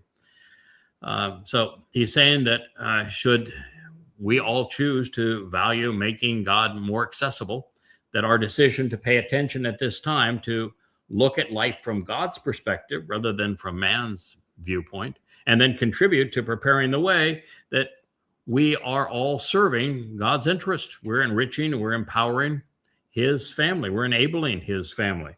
Collectively, we can remove the obstacles and impediments that have cluttered and concealed the path to God, which are religious. I mean, Christianity has done the best job of cluttering the path to God. Second to that would be Judaism, and then third, Islam. They've all done a marvelous job of being bad in terms of putting their trash right on top of the truth. So God wants His people to have unfettered access to Him, which requires us clearing all of the religious nonsense away. Those are the obstacles. So God is returning with His Son, our Savior, such that our work on Taruwah makes that possible for God's people to come back home. So you can mark it on your calendar. The date is Yom Kippurim, the Day of Reconciliations in year 6000 Yahs. The sun sets on October 2nd, 2033. Therefore, the time remaining to capitalize on this announcement, to choose of your own volition, to cherish and honor God's way, and to do an about-face and prepare yourself for His appearance is short. And this is among the final notices to Yahweh's people, given to also approach their Messiah and enter the garden during Sukkah. This is heralding the last blast of the shofar. Join me in becoming part of the solution. Join us, removing the impediments, blocking the way to Yah, getting rid of religion, disavowing religion and politics. Clear the path home of every religious and political obstacle. If you contribute, you will live alongside the one who made this pronouncement 2,700 years ago. We have Yahweh's word on it. Wow. It always honors His promises. So now that Yahweh has buried the naysayers and has moved on to a solution, we find that the next prophetic declaration is challenging us to translate and then process what He has to say as thoughtful individuals. It is filled with descriptive titles presented in the participle and then the infinitive forms. Now, we've learned a lot about the participle and the infinitive here recently. We've always paid attention to the perfect and the imperfect. Hebrew is a unique language in that the verbs are established like light.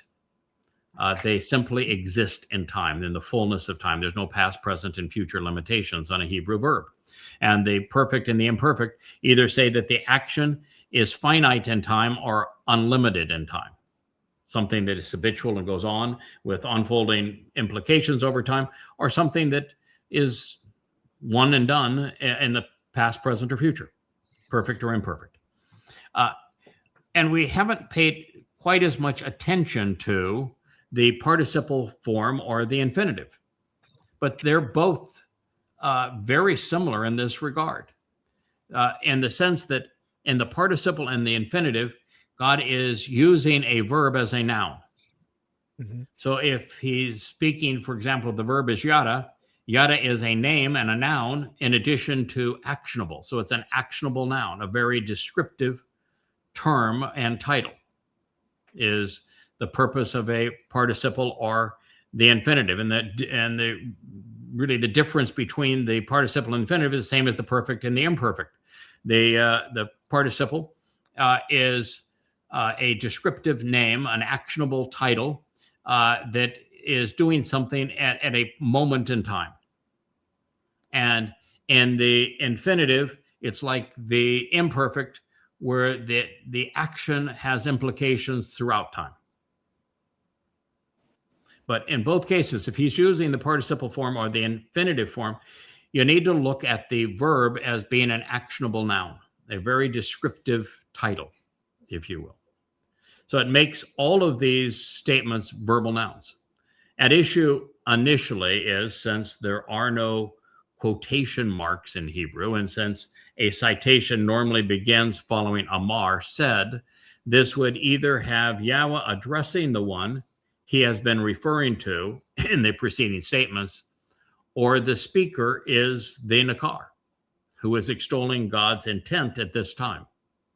Therefore, the room, one who raises, and Nasa carries away, Shakan, abiding and remaining as an ad, restoring witness, is either describing Yahweh, if the speaker is the Nakar, or God is lauding the contributions of his Nakar, if he is the speaker. You follow that? I mean, that's a fairly complicated thought, but depending on where you begin the quote, which I'm going to begin here following Amar, which is the answer and every other occasion. Mm-hmm. It's said, comma, in English, quote marks, begin the quote to the next sentence.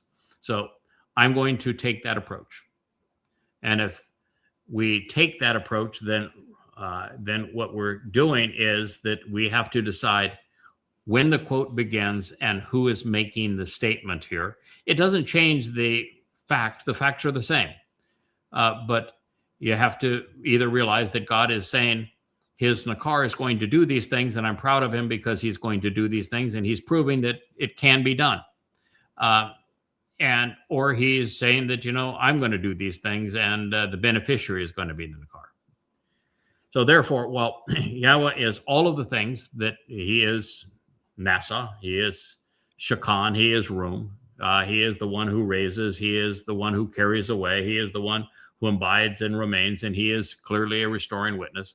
So, all of these things apply to Yahweh. It would be out of character for Yahweh for him to present himself as such. Right. God likes to say, I'm reliable. If it comes to I'm reliable, you can trust me. But he doesn't refer to himself as I carry away. He doesn't refer to himself as I'm the one who raises. He doesn't say I'm the one who abides and remains. He doesn't refer to himself typically as a restoring witness. Shaddai. He calls himself sufficient, right? I love that. Yeah, I know. You're a man after my own heart. It was one of my favorite terms, just to show how cool God is, that the term that he used to describe himself is Shaddai, which means, I'm adequate. Right. I'll get it done. You can rely on me. What I'm offering is sufficient.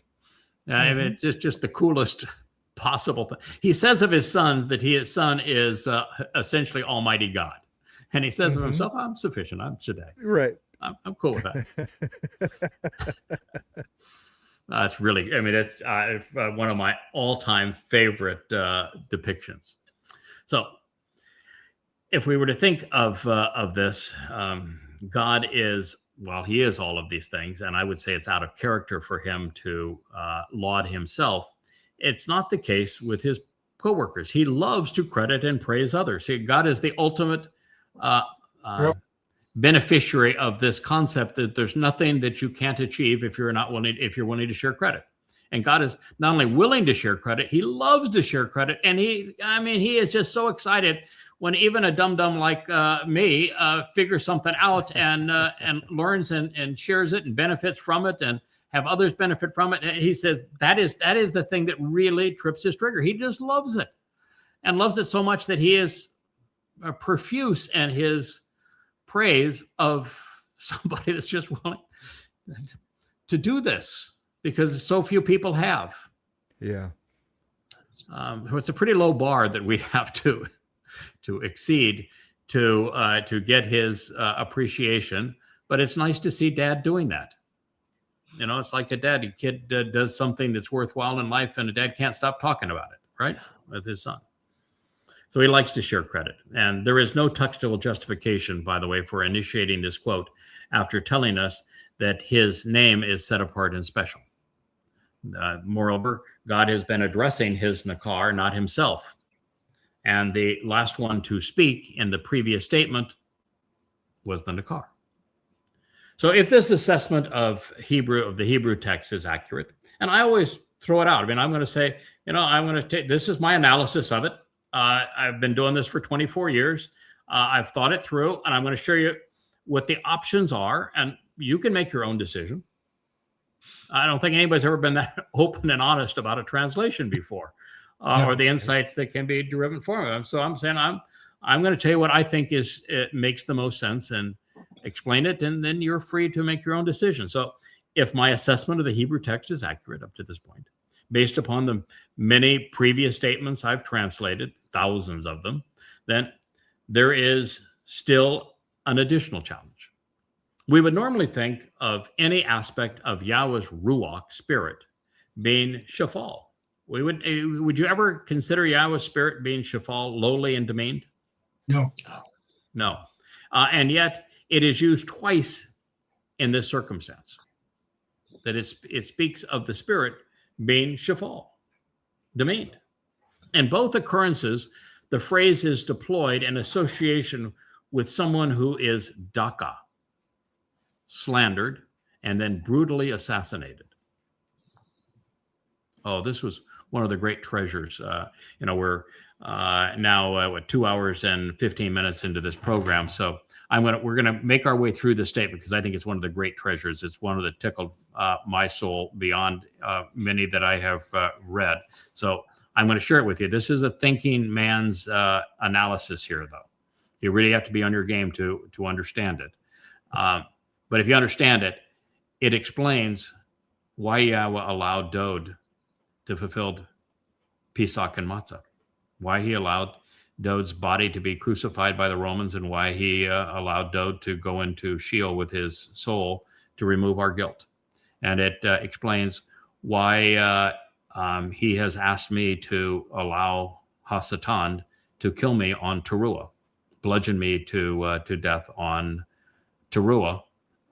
It explains exactly how a loving father could allow that to happen. So this is really, I think, wonderful from that point of view. I had already sensed it to be true, but I didn't have proof until this moment.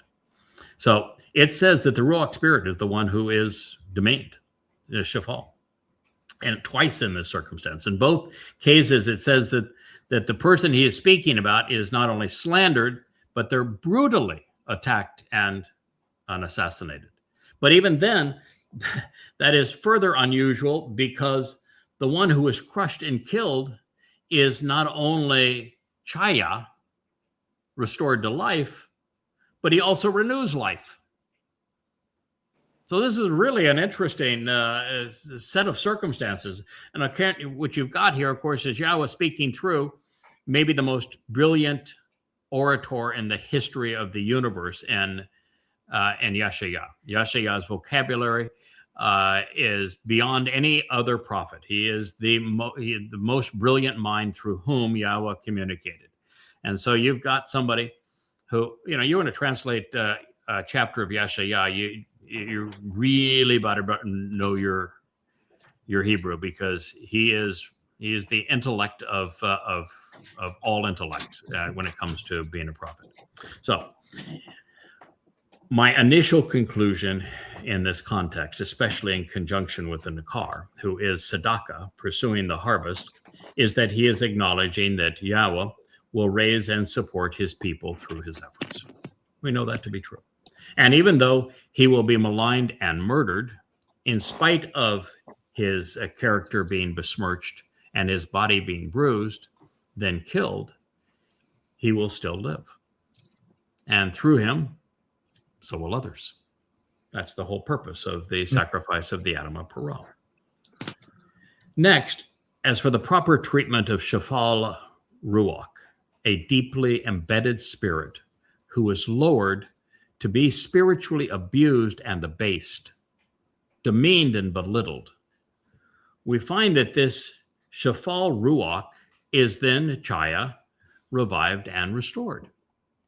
So I see this as one of the 7 Ruach of Yahowah that he has given to his children, who will not depart from him, just as the spirit never departed from Dowd. Even as his body is broken and bruised, crushed and slaughtered, the spirit will still be there, protecting his nefesh soul, his consciousness. The spirit of Yahowah will protect Yada's soul, just as he did Dowd's soul. This is similar to how the Ruach never left Dowd, protecting his nefesh soul so that he could endure the anguishing torture of crucifixion, followed by the crushing abuse of Sheol, and why his father allowed it. Because guess who took the abuse? Yahowah's Ruach. Yahowah's Ruach. What it proves is that Dowd was willing to trust Yahowah to protect him in this way. And he endured it knowing that Yahowah would protect him. I volunteered to do this knowing that Yahowah would make a very good outcome as a result of it. And by this time, I'm going to be thrilled to get rid of my physical body and move on with a spirit of light anyway. Happy to get rid of it. Thank you. I'm glad you're able to do something good with it. So let's be on. But, it's the idea of being, for that period of time, of being bludgeoned to death is all but one bone is broken, and you're just a bloody mass that is then part of a funeral pyre. That part's not really appealing to me, but I'm saying that's what you want. That's what I'll do. Now God's explaining it. That's what he's doing. I'm explaining it. So in this way, the 2 men who offered to deliver the promised benefits of Pesach, Matzah, and Taruwah, in collaboration with God, are protected by Yahowah through his Ruach, just as we would expect of a loving father. For the world watching these fulfillments of Passover and the Day of the Herald they'll be sufficiently brutal to grab everyone's attention, which they need to be, while God quietly but surely comforts and protects his chosen. I can share this, and it's still not going to change anybody's perception of that day, because all the people that were gathered that day didn't listen to us. Otherwise, they would have made the harvest, and they wouldn't be there on this day. So it's something I can know, the covenant family can know, my wife can know, all of which is reassuring to us. And it should be reassuring to everyone considering being part of the covenant family, that God would not allow someone that he deeply loves to endure this kind of thing. Excuse me 1 second. I want to turn off a flashing light. Oh, it's not that one. That's it. There we go. Okay. these little lights that we used when Leah was sitting here have a tendency to get hot, and then they go flash. They're not like the big studio lights that sit all around me here. So this is really reassuring. It's so Dad of God to say, I got you, kid. Not to worry. I got you. So for the world watching, it's going to be gruesome. For those who know what the score is, we know that it's Yah taking the blows, and that we're implements that he's using in a powerful way to deliver this message. And he's demonstrating that it is possible for a man to trust him. And that's the beauty of the whole thing. So as such, it answers the question of why Yahweh would allow his son to endure crucifixion, followed by an excursion into hell. It is the Ruach who bears the blows, shielding the nephesh souls who continue to live. It's not human sacrifice. No. The body. The body is bludgeoned and it's done, and the nephesh soul, which all that matters, is protected. With this is analogous, Craig. This is analogous in many ways to a version of Yahowah Matzah. It is. It is absolutely analogous to Matzah. Dowd's soul going into Sheol, protected by Yahweh's spirit. And the more you understand all of these nuances, the more you understand that picture, that Dowd's soul carried our religious and political guilt into Sheol, which is the equivalent of a black hole, never to be seen again. But a black hole is a very fearsome thing. And it's the darkness and the pressure of all of that and the strain of all of it was all born by the Ruach. And Dowd's responsibility is recognizing that he could do it and should do it, and that Yahweh would make a very good thing of it, and that Yahweh would protect him through it. Yeah, well, it was the ultimate form of trust that Dowd had for his dad, and it's the same ultimate form of trust for you. You are following the same lead. It's the analogy right there. What it's saying is actually the individual doing this is not making a sacrifice. But the individual doing this is trusting Yahweh to show it as a sacrifice for the benefit of his people. Wow. Yahweh is delivering what is, for all appearances, a sacrifice for the benefit of his people. But the individual making that choice, doing what God wants done, isn't making a sacrifice. What they're demonstrating is trust. They're trusting Yahweh to do as he has always done, even into a torturous death. That's pretty cool. Yeah, so with that lengthy introduction, excuse me, I don't normally go into that much of an introduction on something, but I want you to understand the parameters. So now here is God's declaration. For indeed, this is what he says. And so says now is where I'm putting the comma quotation mark. For indeed, this is what he says. And now I'm making he here the nakar, lowercase he. So I think this is what he claims and promises. This is third person, masculine, singular, and therefore it'd be addressing the nakar, the observant foreigner. Room, the one who raises and elevates, the one who lifts up to a lofty dimension on high. This is called participle, masculine, singular. So room is a descriptive title. Nasha, again, written as a descriptive, actionable title. The one who uplifts, supports, and carries away. Shakan, the one who abides and remains, also a participle. Ad, forever, as a restoring witness to the eternal testimony. His name is set apart and special. He dwells and remains in the heights of heaven, and he is set apart.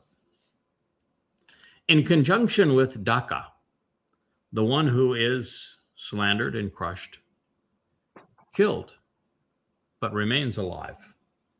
The one who is pressured and harmed, bruised and wounded, broken and turned to ash.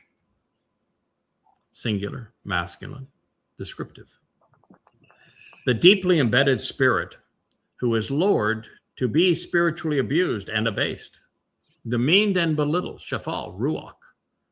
The depths of the spirit who is sent down to be abused and humiliated, masculine, singular, and feminine, singular. Will Chawah, revive and restore life. Hifel, infinitive. The deeply embedded spirit who is lowered to be spiritually abused and abased, demeaned and belittled. Will Chawah, revive and restore life on behalf of the inclinations, motivations, and judgment of the Dakah, of the one who will be slandered and crushed, killed, but remains alive. The one who will be pressured and harassed, bruised and wounded, broken and turned to ash. Nifl, participle, masculine, plural. Is that Chawah or Chaya? That last one is, the Daka is the one who is slandered and abused. The Leb conveys on behalf of the inclinations, motivations, and judgment. Chaya is Chayah, which means to revive and restore life. Okay. It's not Chawah, which means to make one's position known. No, it's a Chaya. We're talking about restoring and maintaining life. The words are separated by one letter, the yod versus the wa. So this is the plural of, or the feminine of Che. Che would be life. Okay. The feminine of life, and they use feminine and masculine nouns, not designating a feminine or masculine individual, but instead of, one of the things I've learned is that when Yahweh turns a masculine noun into a feminine noun, Adam versus Adamah, Etz tree versus Etzah, which is counselor on the entire picture of what the tree of knowledge is providing. Geborah related to the spirit of Yahweh.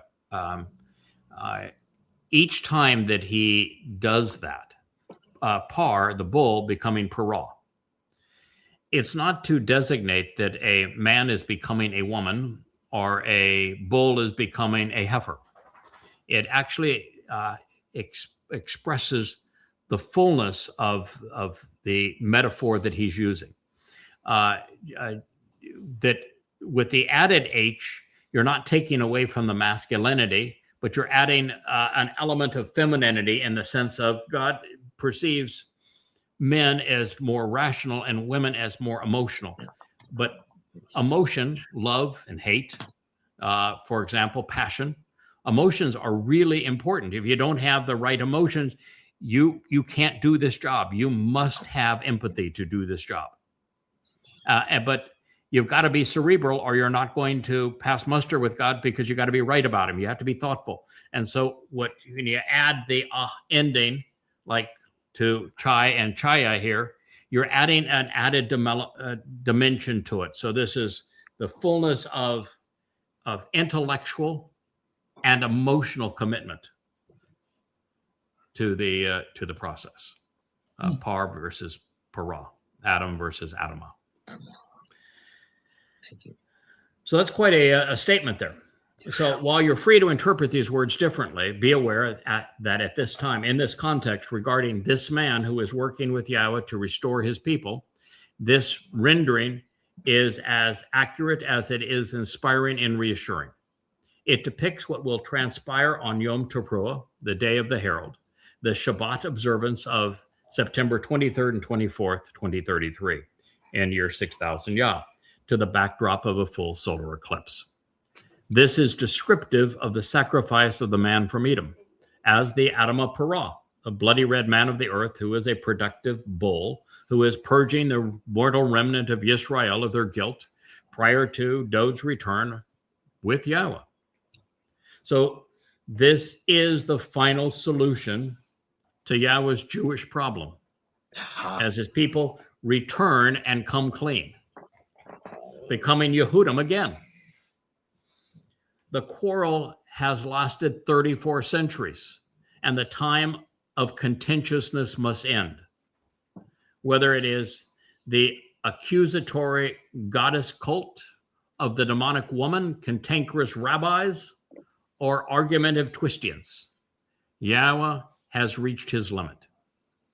He will no longer entertain man's proposed changes and critiques. God is putting the world on notice that those who provoke him religiously or politically will not be rewarded with eternal life. Yahweh is furious, and for those enraging him, there will be no reward. So this known, the follow-on statement was a head scratcher initially. And this is because the Ruach spirit is a feminine noun, and the verb atzaf was spoken such that the subject is in the third person masculine singular. That means that the person is a man. Therefore, there are two entirely different ways to render the verb, either as to cover, to immerse, to clothe, and shroud, or to become faint, feeble, and fade away. Now, I chose the former because it's consistent with the profoundly important message of the foregoing prophecy regarding the Ruach being lowered and deeply embedded such that the spirit is abused and abased to protect the Nakar soul. And while his body will falter, the Ruach will absorb the blows to minimize the suffering. So this is how it reads. For indeed, it won't be much longer, and it certainly will not be for an unlimited duration, that I will quarrel and accept complaints, engaging in contentious debate, low rib. And therefore, there will be no eternal life while I'm provoked and furious. Therefore, he will be covered within and immersed and clothed by the Spirit from before my appearance. I myself will act, and I will engage with this particular nesama, consciousness. Oh, not Napesh. So, time is running out. Well, God has never been tolerant of the religious or overtly political. We are nearing the point when they will no longer be allowed to live on this planet. They have annoyed the Almighty far too long. The exacerbating reigns of Christianity, Judaism, and Islam will soon be over. If you are counted among them, save your complaints for hell's warden. God in one hero. And since nothing annoys God more than religion, and in particular those who either negate his son's contributions or slander the one who is bringing them to light, both Christians and the demonic woman's clan are in for a harsh awakening. There will be no salvation for any prospect of eternal life for those who provoke Yahweh. None. In all of human history, as troubling as it has been with mankind annoying God, the last 7 years will be more aggravating to God than the hurting these malcontents Yisraelites through the Exodus. And sadly for Yahweh, since he will be re-engaging at this time to garner the world's attention, he is not going to be able to look away as his creation is systematically destroyed and his people are butchered by those in league with Satan. And so during the 7 years from the Shabuwah Katsir through the Towrah Lakat, no one will be saved. No one will be saved. There will be some who turn to Yahweh before the arrival of the two witnesses based upon the library here at yadayah.com. And many more as the result of this message. But God isn't going to officially deliver their souls prior to the fulfillment of the fifth mikra. You can learn, you can capitalize, God's going to protect you, but you don't become immortal until the fulfillment of the fifth Mekra, Taruwah. 7 years where no one will be saved. Also, being among the immortal remnant, purged by the Adam of Parah and allowed into the garden on Sukkah, does not guarantee eternal life. I'm not Dowd. Taruwah is not Passover and Matzah. Mm-hmm. These souls will have to listen, learn, engage, and make a contribution to earn God's trust en route to becoming immortal. And that's for a very important reason. If you have benefited from Dowd's sacrifice of Pesach, Matzah, and Bikuwrym, you've studied it, you've made the choice, you understand the correlation between the covenant and the fulfillment of the Mow'edym. And you've had plenty of time to think about it and understand it and act upon it and choose to participate in it. And God's had plenty of time to test your mettle. Mm-hmm. You put in the time, yeah. Yeah, we put in the time in this case. Mm-hmm. And that's not true with the Taruwah sacrifice to the Adam of Parah. 100% of those who are gathered around the Temple Mount missed the Taruwah Lakat gleaning, which means none of them had accepted the benefits of Pesach, Matzah, and Bikuwrym. None of them were covenant. And at the moment of the sacrifice of the Adam of Parah, they will be exactly 1 part of 1 day aware of Yahowah and that they shouldn't be religious and that this is God's plan. And you worry about making it too easy. Right. There is no chance whatsoever that God's going to say, sure, we'll just bring you all into heaven. We'll take all of your guilt away. You'll be perfected. And the result is Bikuwrym, where we're all one happy, empowered family. God's not crazy. That would be really stupid. He's not going to do that. What he's doing is all of the beneficiaries of the sacrifice of the Adam of Parah get to go into the Garden of Eden on Sukkah for 1,000 years to earn God's trust. You have to prove you must. That's not a very long time when you're talking about eternity. God's going to give them, not only them, but there'll be generations that they will conceive. And so there'll be lots of people that have this opportunity to demonstrate that they can be trusted. And that's the whole purpose of this process, which means what I'm doing doesn't have anywhere near the overall benefit of what Dowd did. So the bottom line message here is you want the golden ticket, capitalize on what Dowd did. Don't wait around for what I'm going to do because it doesn't have near the benefit. I mean, at that time, it's as good as it's going to get. And it's going to work out really well for Dowd and for those people. But the golden ticket is to make it out of here on Shabuwah because you capitalized on what Dowd has done in Pesach and Matzah. And, understand that what Dowd did on Pesach was the doorway to life, right?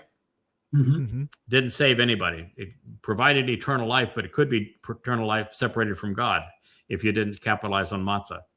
I'm just making a sacrifice just like Dowd did. Well, from that point of view, fulfilling Taruwah is just like fulfilling Pesach. Sure. Dowd took it the next step. He took everyone's guilt into Sheol to deposit it there, never to be seen again. There is no, I'm taking it all away. It's just purged. You're cleansed. But there's no eternal distancing from every mistake you've ever made. You're given a fresh start. Mm-hmm. And that fresh start is as a mortal going into the garden. So this is also a profoundly important insight as to why no one's saved during that 7-year period. From Shabuwah to Taruwah. Now, on Taruwah, there will be people who are genuinely saved. And there are people genuinely saved on Shabuwah. But in between the two, no.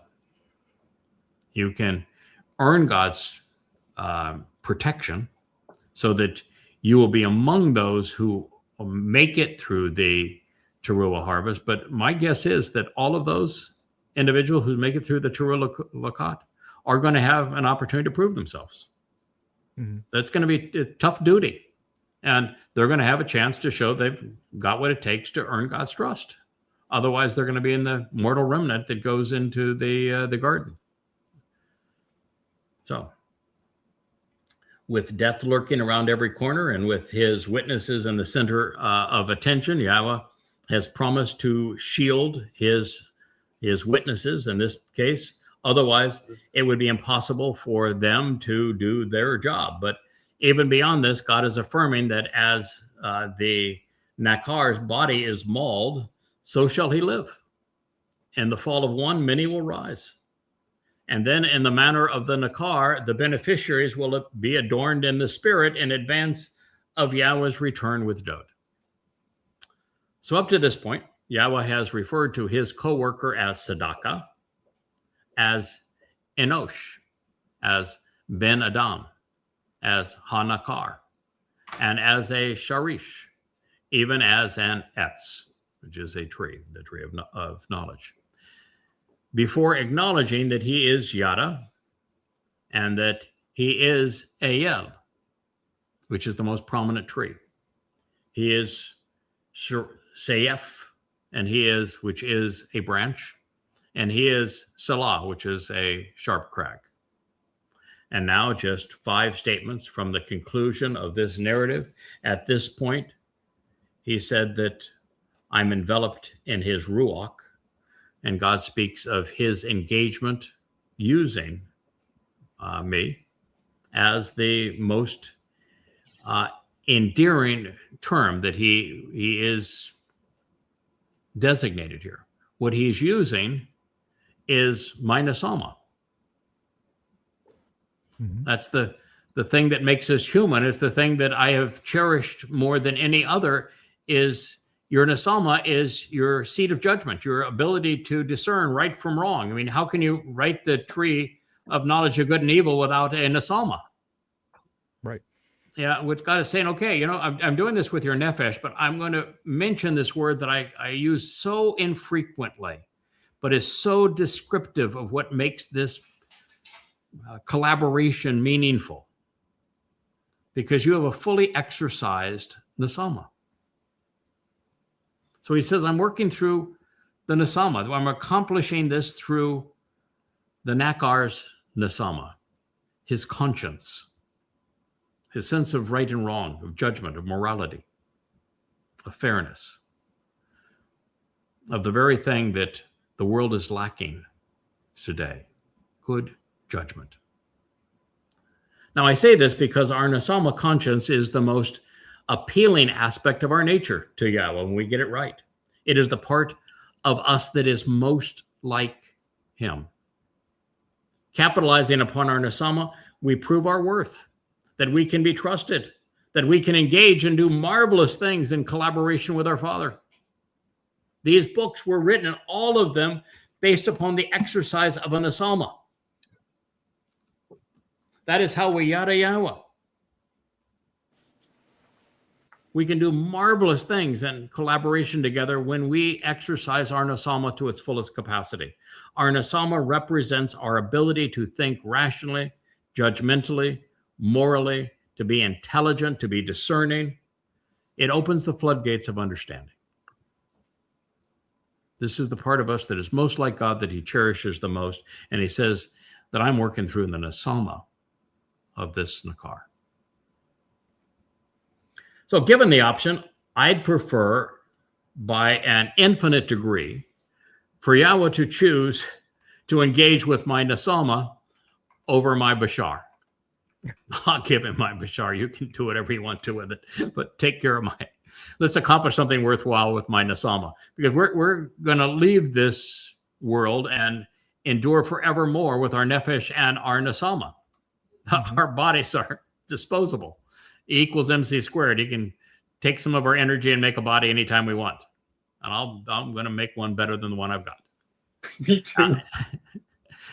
Yeah, you too, huh, Kirk? Both of us can identify with that. And it is here that we relate and that we have formed our relationship together through our Nesama. So at this juncture, I think that this next statement on all of this should have been included in a new chapter. And in this transition, we find God has a good reason to be disappointed with his people, as well as the world at large.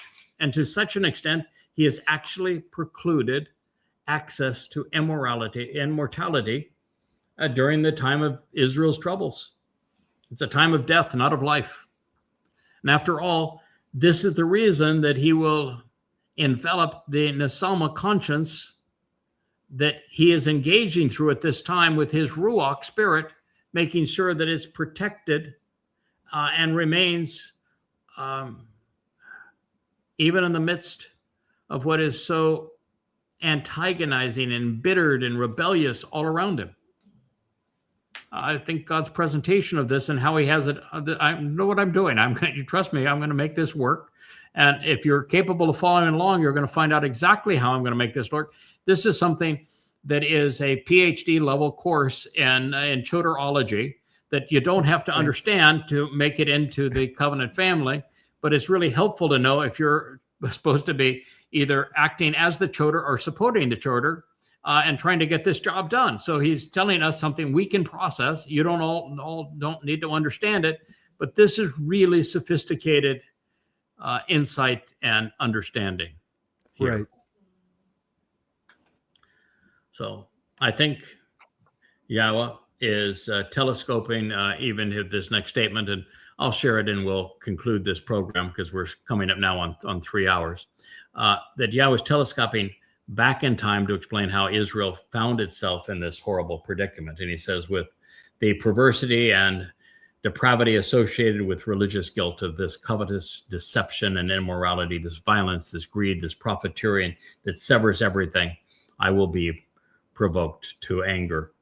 And I will lash out at him, concealing myself due to my displeasure. Nonetheless, he went backsliding and walking away in rebellion and continued to be rebellious, remaining untrustworthy by way of his own thinking and his personal judgment and inclinations. Yahowah delivers 57:17. And so God is explaining why there is no salvation during the time of troubles, that Israel doubles down on wrong. And it's one of the great frustrations when we encounter people who use all manner of rational fallacies to try to discredit what we're saying on behalf of Yahowah in social media and our outreach to them, that they just double down on wrong. And it's like the fellow that I explained early in the show where he got ICE as I was making the correlation of the brown shirts, and he got it all screwed up with the SS and the Gestapo, and they're one but not the other. And do you have the character to say, "Oh yeah, I guess I was wrong. Thank you for sharing this. This is a valuable insight. I'm better off knowing this than I was just attacking you." And God saying to His people they're not going to get it. The Taruwah gleaning is tiny. Mm-hmm. It's a gleaning. It's not a major harvest. It's going to be tiny. Not a lot of people are going to come to the covenant, even with, imagine the greatest orator in human history in terms of reaching out to his people and grabbing them where it matters and getting their attention. Elijah is going to have 3.5 years of this. And, at that time, I'm going to be infinitely more articulate and convincing than I am now. And I think I'm a decent orator on behalf of God's message now. Mm-hmm. And I'm going to be, infinitely superior. And the two of us are going to go right after the religious and political establishment. And we're going to have God augmenting everything we do with a miraculous display all around us to convey this message. All manner of miracles. They're going to take place in this last 3.5 years. I have God's presence right there supporting us. And we're going to be supernatural individuals. And yet the religious will continue to be defiant. The political will continue to be defiant. Muslims will come and they will try to rape and plunder Jews, murder them en masse. And the Marxists will do the same. And so will the Christians. And so will all the devotees of Donald Trump, who will have changed his residence to Jerusalem. I don't think you can be more wrong than thinking Hasatan is your savior. I mean, I don't know that you can get more wrong than that. And to believe that that God is promising that if you go off and kill a bunch of people for him and rape and plunder and terrorize, that you're going to live in a garden filled with perpetual virgins. I mean, if you're stupid enough to believe that, you're not of interest to God. No. And if you believe that God is approving of you stealing his son's title and accolades and achievements and giving it to a pagan myth and turning him into a man that men can kill, and you think that is that's how we endure ourselves to God, and then you're out of your mind, and you've disqualified yourself because you're too stupid to figure this out. You're worshiping Satan as your Lord, and you weren't smart enough to figure it out. So there's a lot of that, and God says, I'm just fed up with it all, and I am not going to provide salvation for anyone during that 7-year period. That's the time of Israel's troubles. It's a time of death. It's a time of defiance. I'm going to send my witnesses. They're going to do everything they can to convince you. And as a result, there will be a gleaning on Taruwah, and there will be a mortal remnant that is purged that enters the garden and has a new opportunity, a fresh start. That's as good as it's going to get. And so the advice is, listen up now. Yeah. Read. Go to yadayah.com. Take advantage of what's there and be part of the Shabuwah harvest. And don't even think about claiming it as yourself, as yours, or try to exclude or censure God's message regarding it.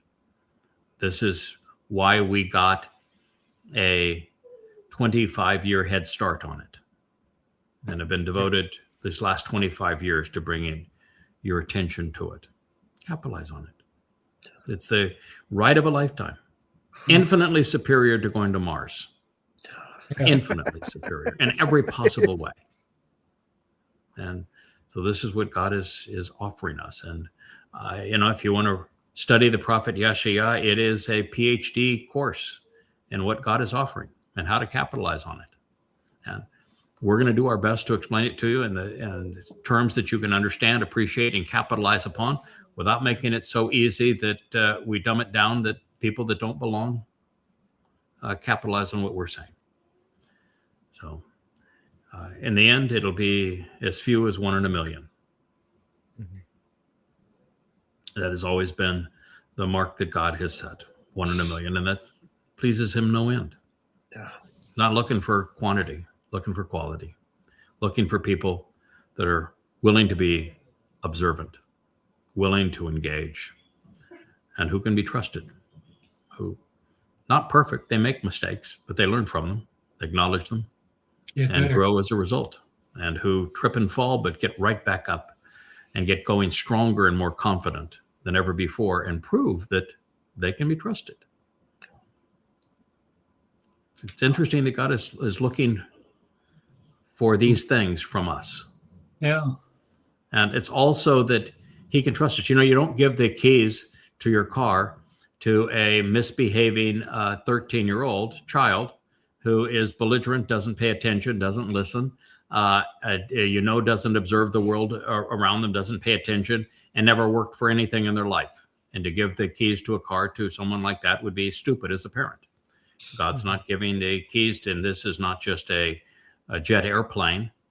This is a ticket to explore the universe.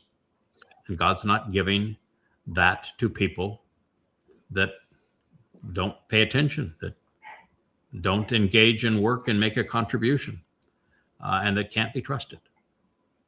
This is what we're all about.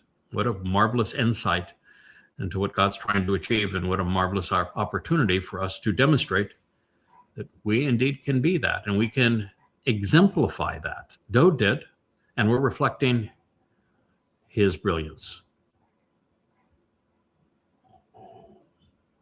Wow. What do you think there, team? Captain Kirk, you made it through the end, and I know that you're looking forward to the Gamma Pitton, and so is my Asher girl. She's moaning here on the floor. She says, "Say yes to drugs. I need it too." And whoa, Asher. Asher. Oh my goodness! Asher just hung herself on my my earphone wire. Didn't know why things fell all over her, but the lights fell and everything else. So here's an example of I drew attention to her, and she came because she's a loving girl and got herself all tied up in the cables. And here's Wookie saying, "Oh my God, Dad, I had a really good nap. Are we done yet?" It's tough being a co-host. So we doing Leah and Rich. I mean, without it, we don't get to do this. So, God, thank you. Yeah, man. You're welcome. It's part of the job. Yeah, it's a wonderful job. We're lucky to have it, and thank you, Rich, for bringing us all together and making this work so seamlessly and effortlessly, so we could just focus on sharing the message. We're on the road to Shamayim. We're on the road to Shamayim, clearing the obstacles as we go, and sharing Yahweh's wonderful testimony. And, Craig, what you just revealed, it was resonating with me. I didn't want to say it because of the cultural baggage that's associated with it, but this is Yah's really ultimate solution to the Jewish final solution. This is it in a positive way. Yeah. Absolutely. Well, I use that term knowing it's a loaded term, that there's probably no title that would cause more consternation amongst Jews than when I say this is Yahweh's answer to his Jewish problem, because I know that is the terms that the Nazis used to excuse the Holocaust. But you have to understand that Yahweh has endured a Jewish problem for 3,400 years. You're right on target. I felt it. I was saying the same thing before you said it, and it was like, it makes sense to me, and I understand it. Yeah. What Yahweh needs is for Jews to stop being Jews and to become Yehudim again. Oh. He needs them to stop referring to him as Hashem and come to know him as Yahweh. They need to stop pretending there's an unknown Messiah that's going to save them, and recognize that Dowd is that Messiah, that he is the Son of God, that he is our Savior. They need to stop with the religious holidays and celebrate Pesach Matzah as it was intended. They need to recognize that God hates religion and that the covenant is a family relationship, and shed their religiosity and come back home. Absolutely. And there's very little time to get this done now. The Shabuwah harvest could be as few as 120 days from now, or it could be a year from now. It's going to be either on the Shabuwah and the Shabbat of May 22nd, 2026, or the Shabbat and Shabuwah of 11 June 2027. And there's so much going on this Shabuwah that it can be fulfilled at both of those times, with different aspects of it, beginning with the time of trouble beginning indeed on 22 May, of 2026, less than 5 months from now, about 4 months from now at this point.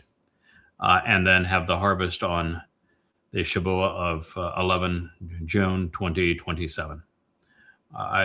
I don't really want to know which one of these events happens in each of them, because I'm pretty sure that the Shabuwah a little over a year from now is the one where Alaska Flood 2.0 is going to transpire. And it's going to be devastating for Israel. And I know that the time of trouble begins with this coming Shabuwah on 22 May of 2026. The harvest could occur on either one of those times. We're better off if it's the latter of the times. It gives us more time. But it's going to occur on one of those two times. Yeah. And well, I don't speak for all Yehudim, and I discussed this with Leah. We should be grateful and thankful and appreciative for the gift that's being offered. Yeah. Not the opposite. God is offering his beloved son as the gift. That's Dowd. He's offering eternal life. He's offering to acquit us of all of our misdeeds, so that we appear not guilty before him, and we can relax and enjoy being in his presence, being exposed to him. And he's offering to enrich and empower us to an extent beyond our imagination as we go from 3 dimensions to 4, 5, 6, and to 7, and go off and explore this universe. See, the riches are beyond human capacity to fathom. And he's offering all this to us. And all he asks in return is that we accept the terms and conditions of his covenant and meet with him 7 times a year as we fulfill these Mow'edym, that we acknowledge him by name, and that we accept what he has achieved through his beloved Son in the fulfillment of these promises. Dowd, David. You were saying it 25 years ago. You must trust and rely on him.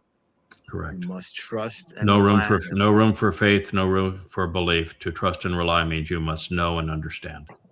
That's the only way you can trust and rely. Absolutely. And so God has given us plenty of information for us to base our decision in fact. There's no reason to believe. You can know. No reason for faith because you can understand. And then you can demonstrate your conviction by not only shedding your ignorance and replacing it with knowledge and going beyond knowledge by making the proper connections to understand, but then sharing what you've learned with others so that you've enhanced the covenant family forevermore. Absolutely. This is our opportunity. This is your opportunity. It's time to act. You have very little time remaining. It's been a wonderful 3 hours. 3 hours and 5 minutes at this point. It's a long time to sit in the chair, gentlemen, and to participate in this. And my friend Kevin at the top, and Sylvia's lovely picture. You've devoted more than 5 hours of your day just to the Yahowah Blog, in addition to everything else you do. And Kirk, under the circumstances, to see your big smile with all that you're going through to get your body healed, it's an inspiration to all of us. We love you. We respect you. You're one of the greatest men I've ever known.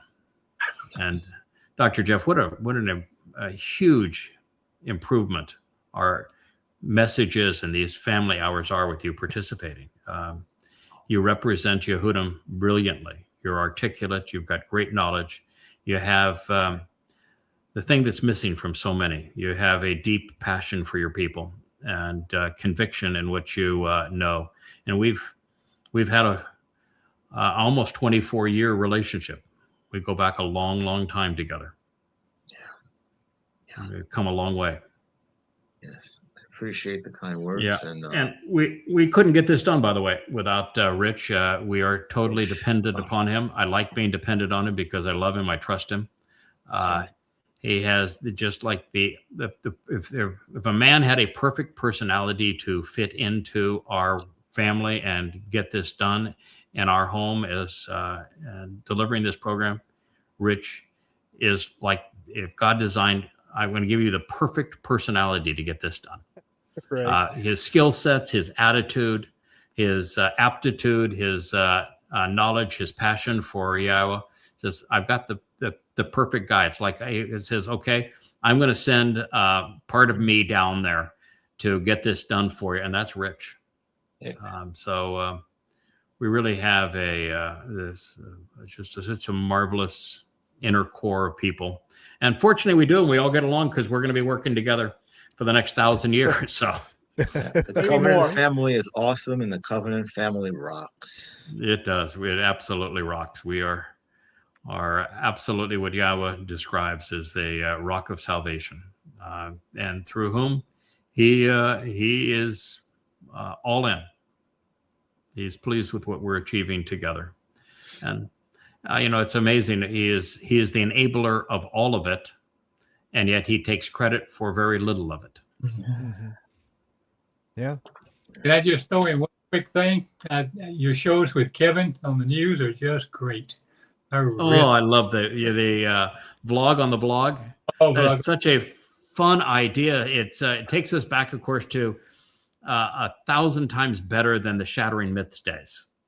the old radio days with Shattering Myths, where I'd read a section of a news story and then comment on it. And now we have the blog and the two of us going at it, and the visuals.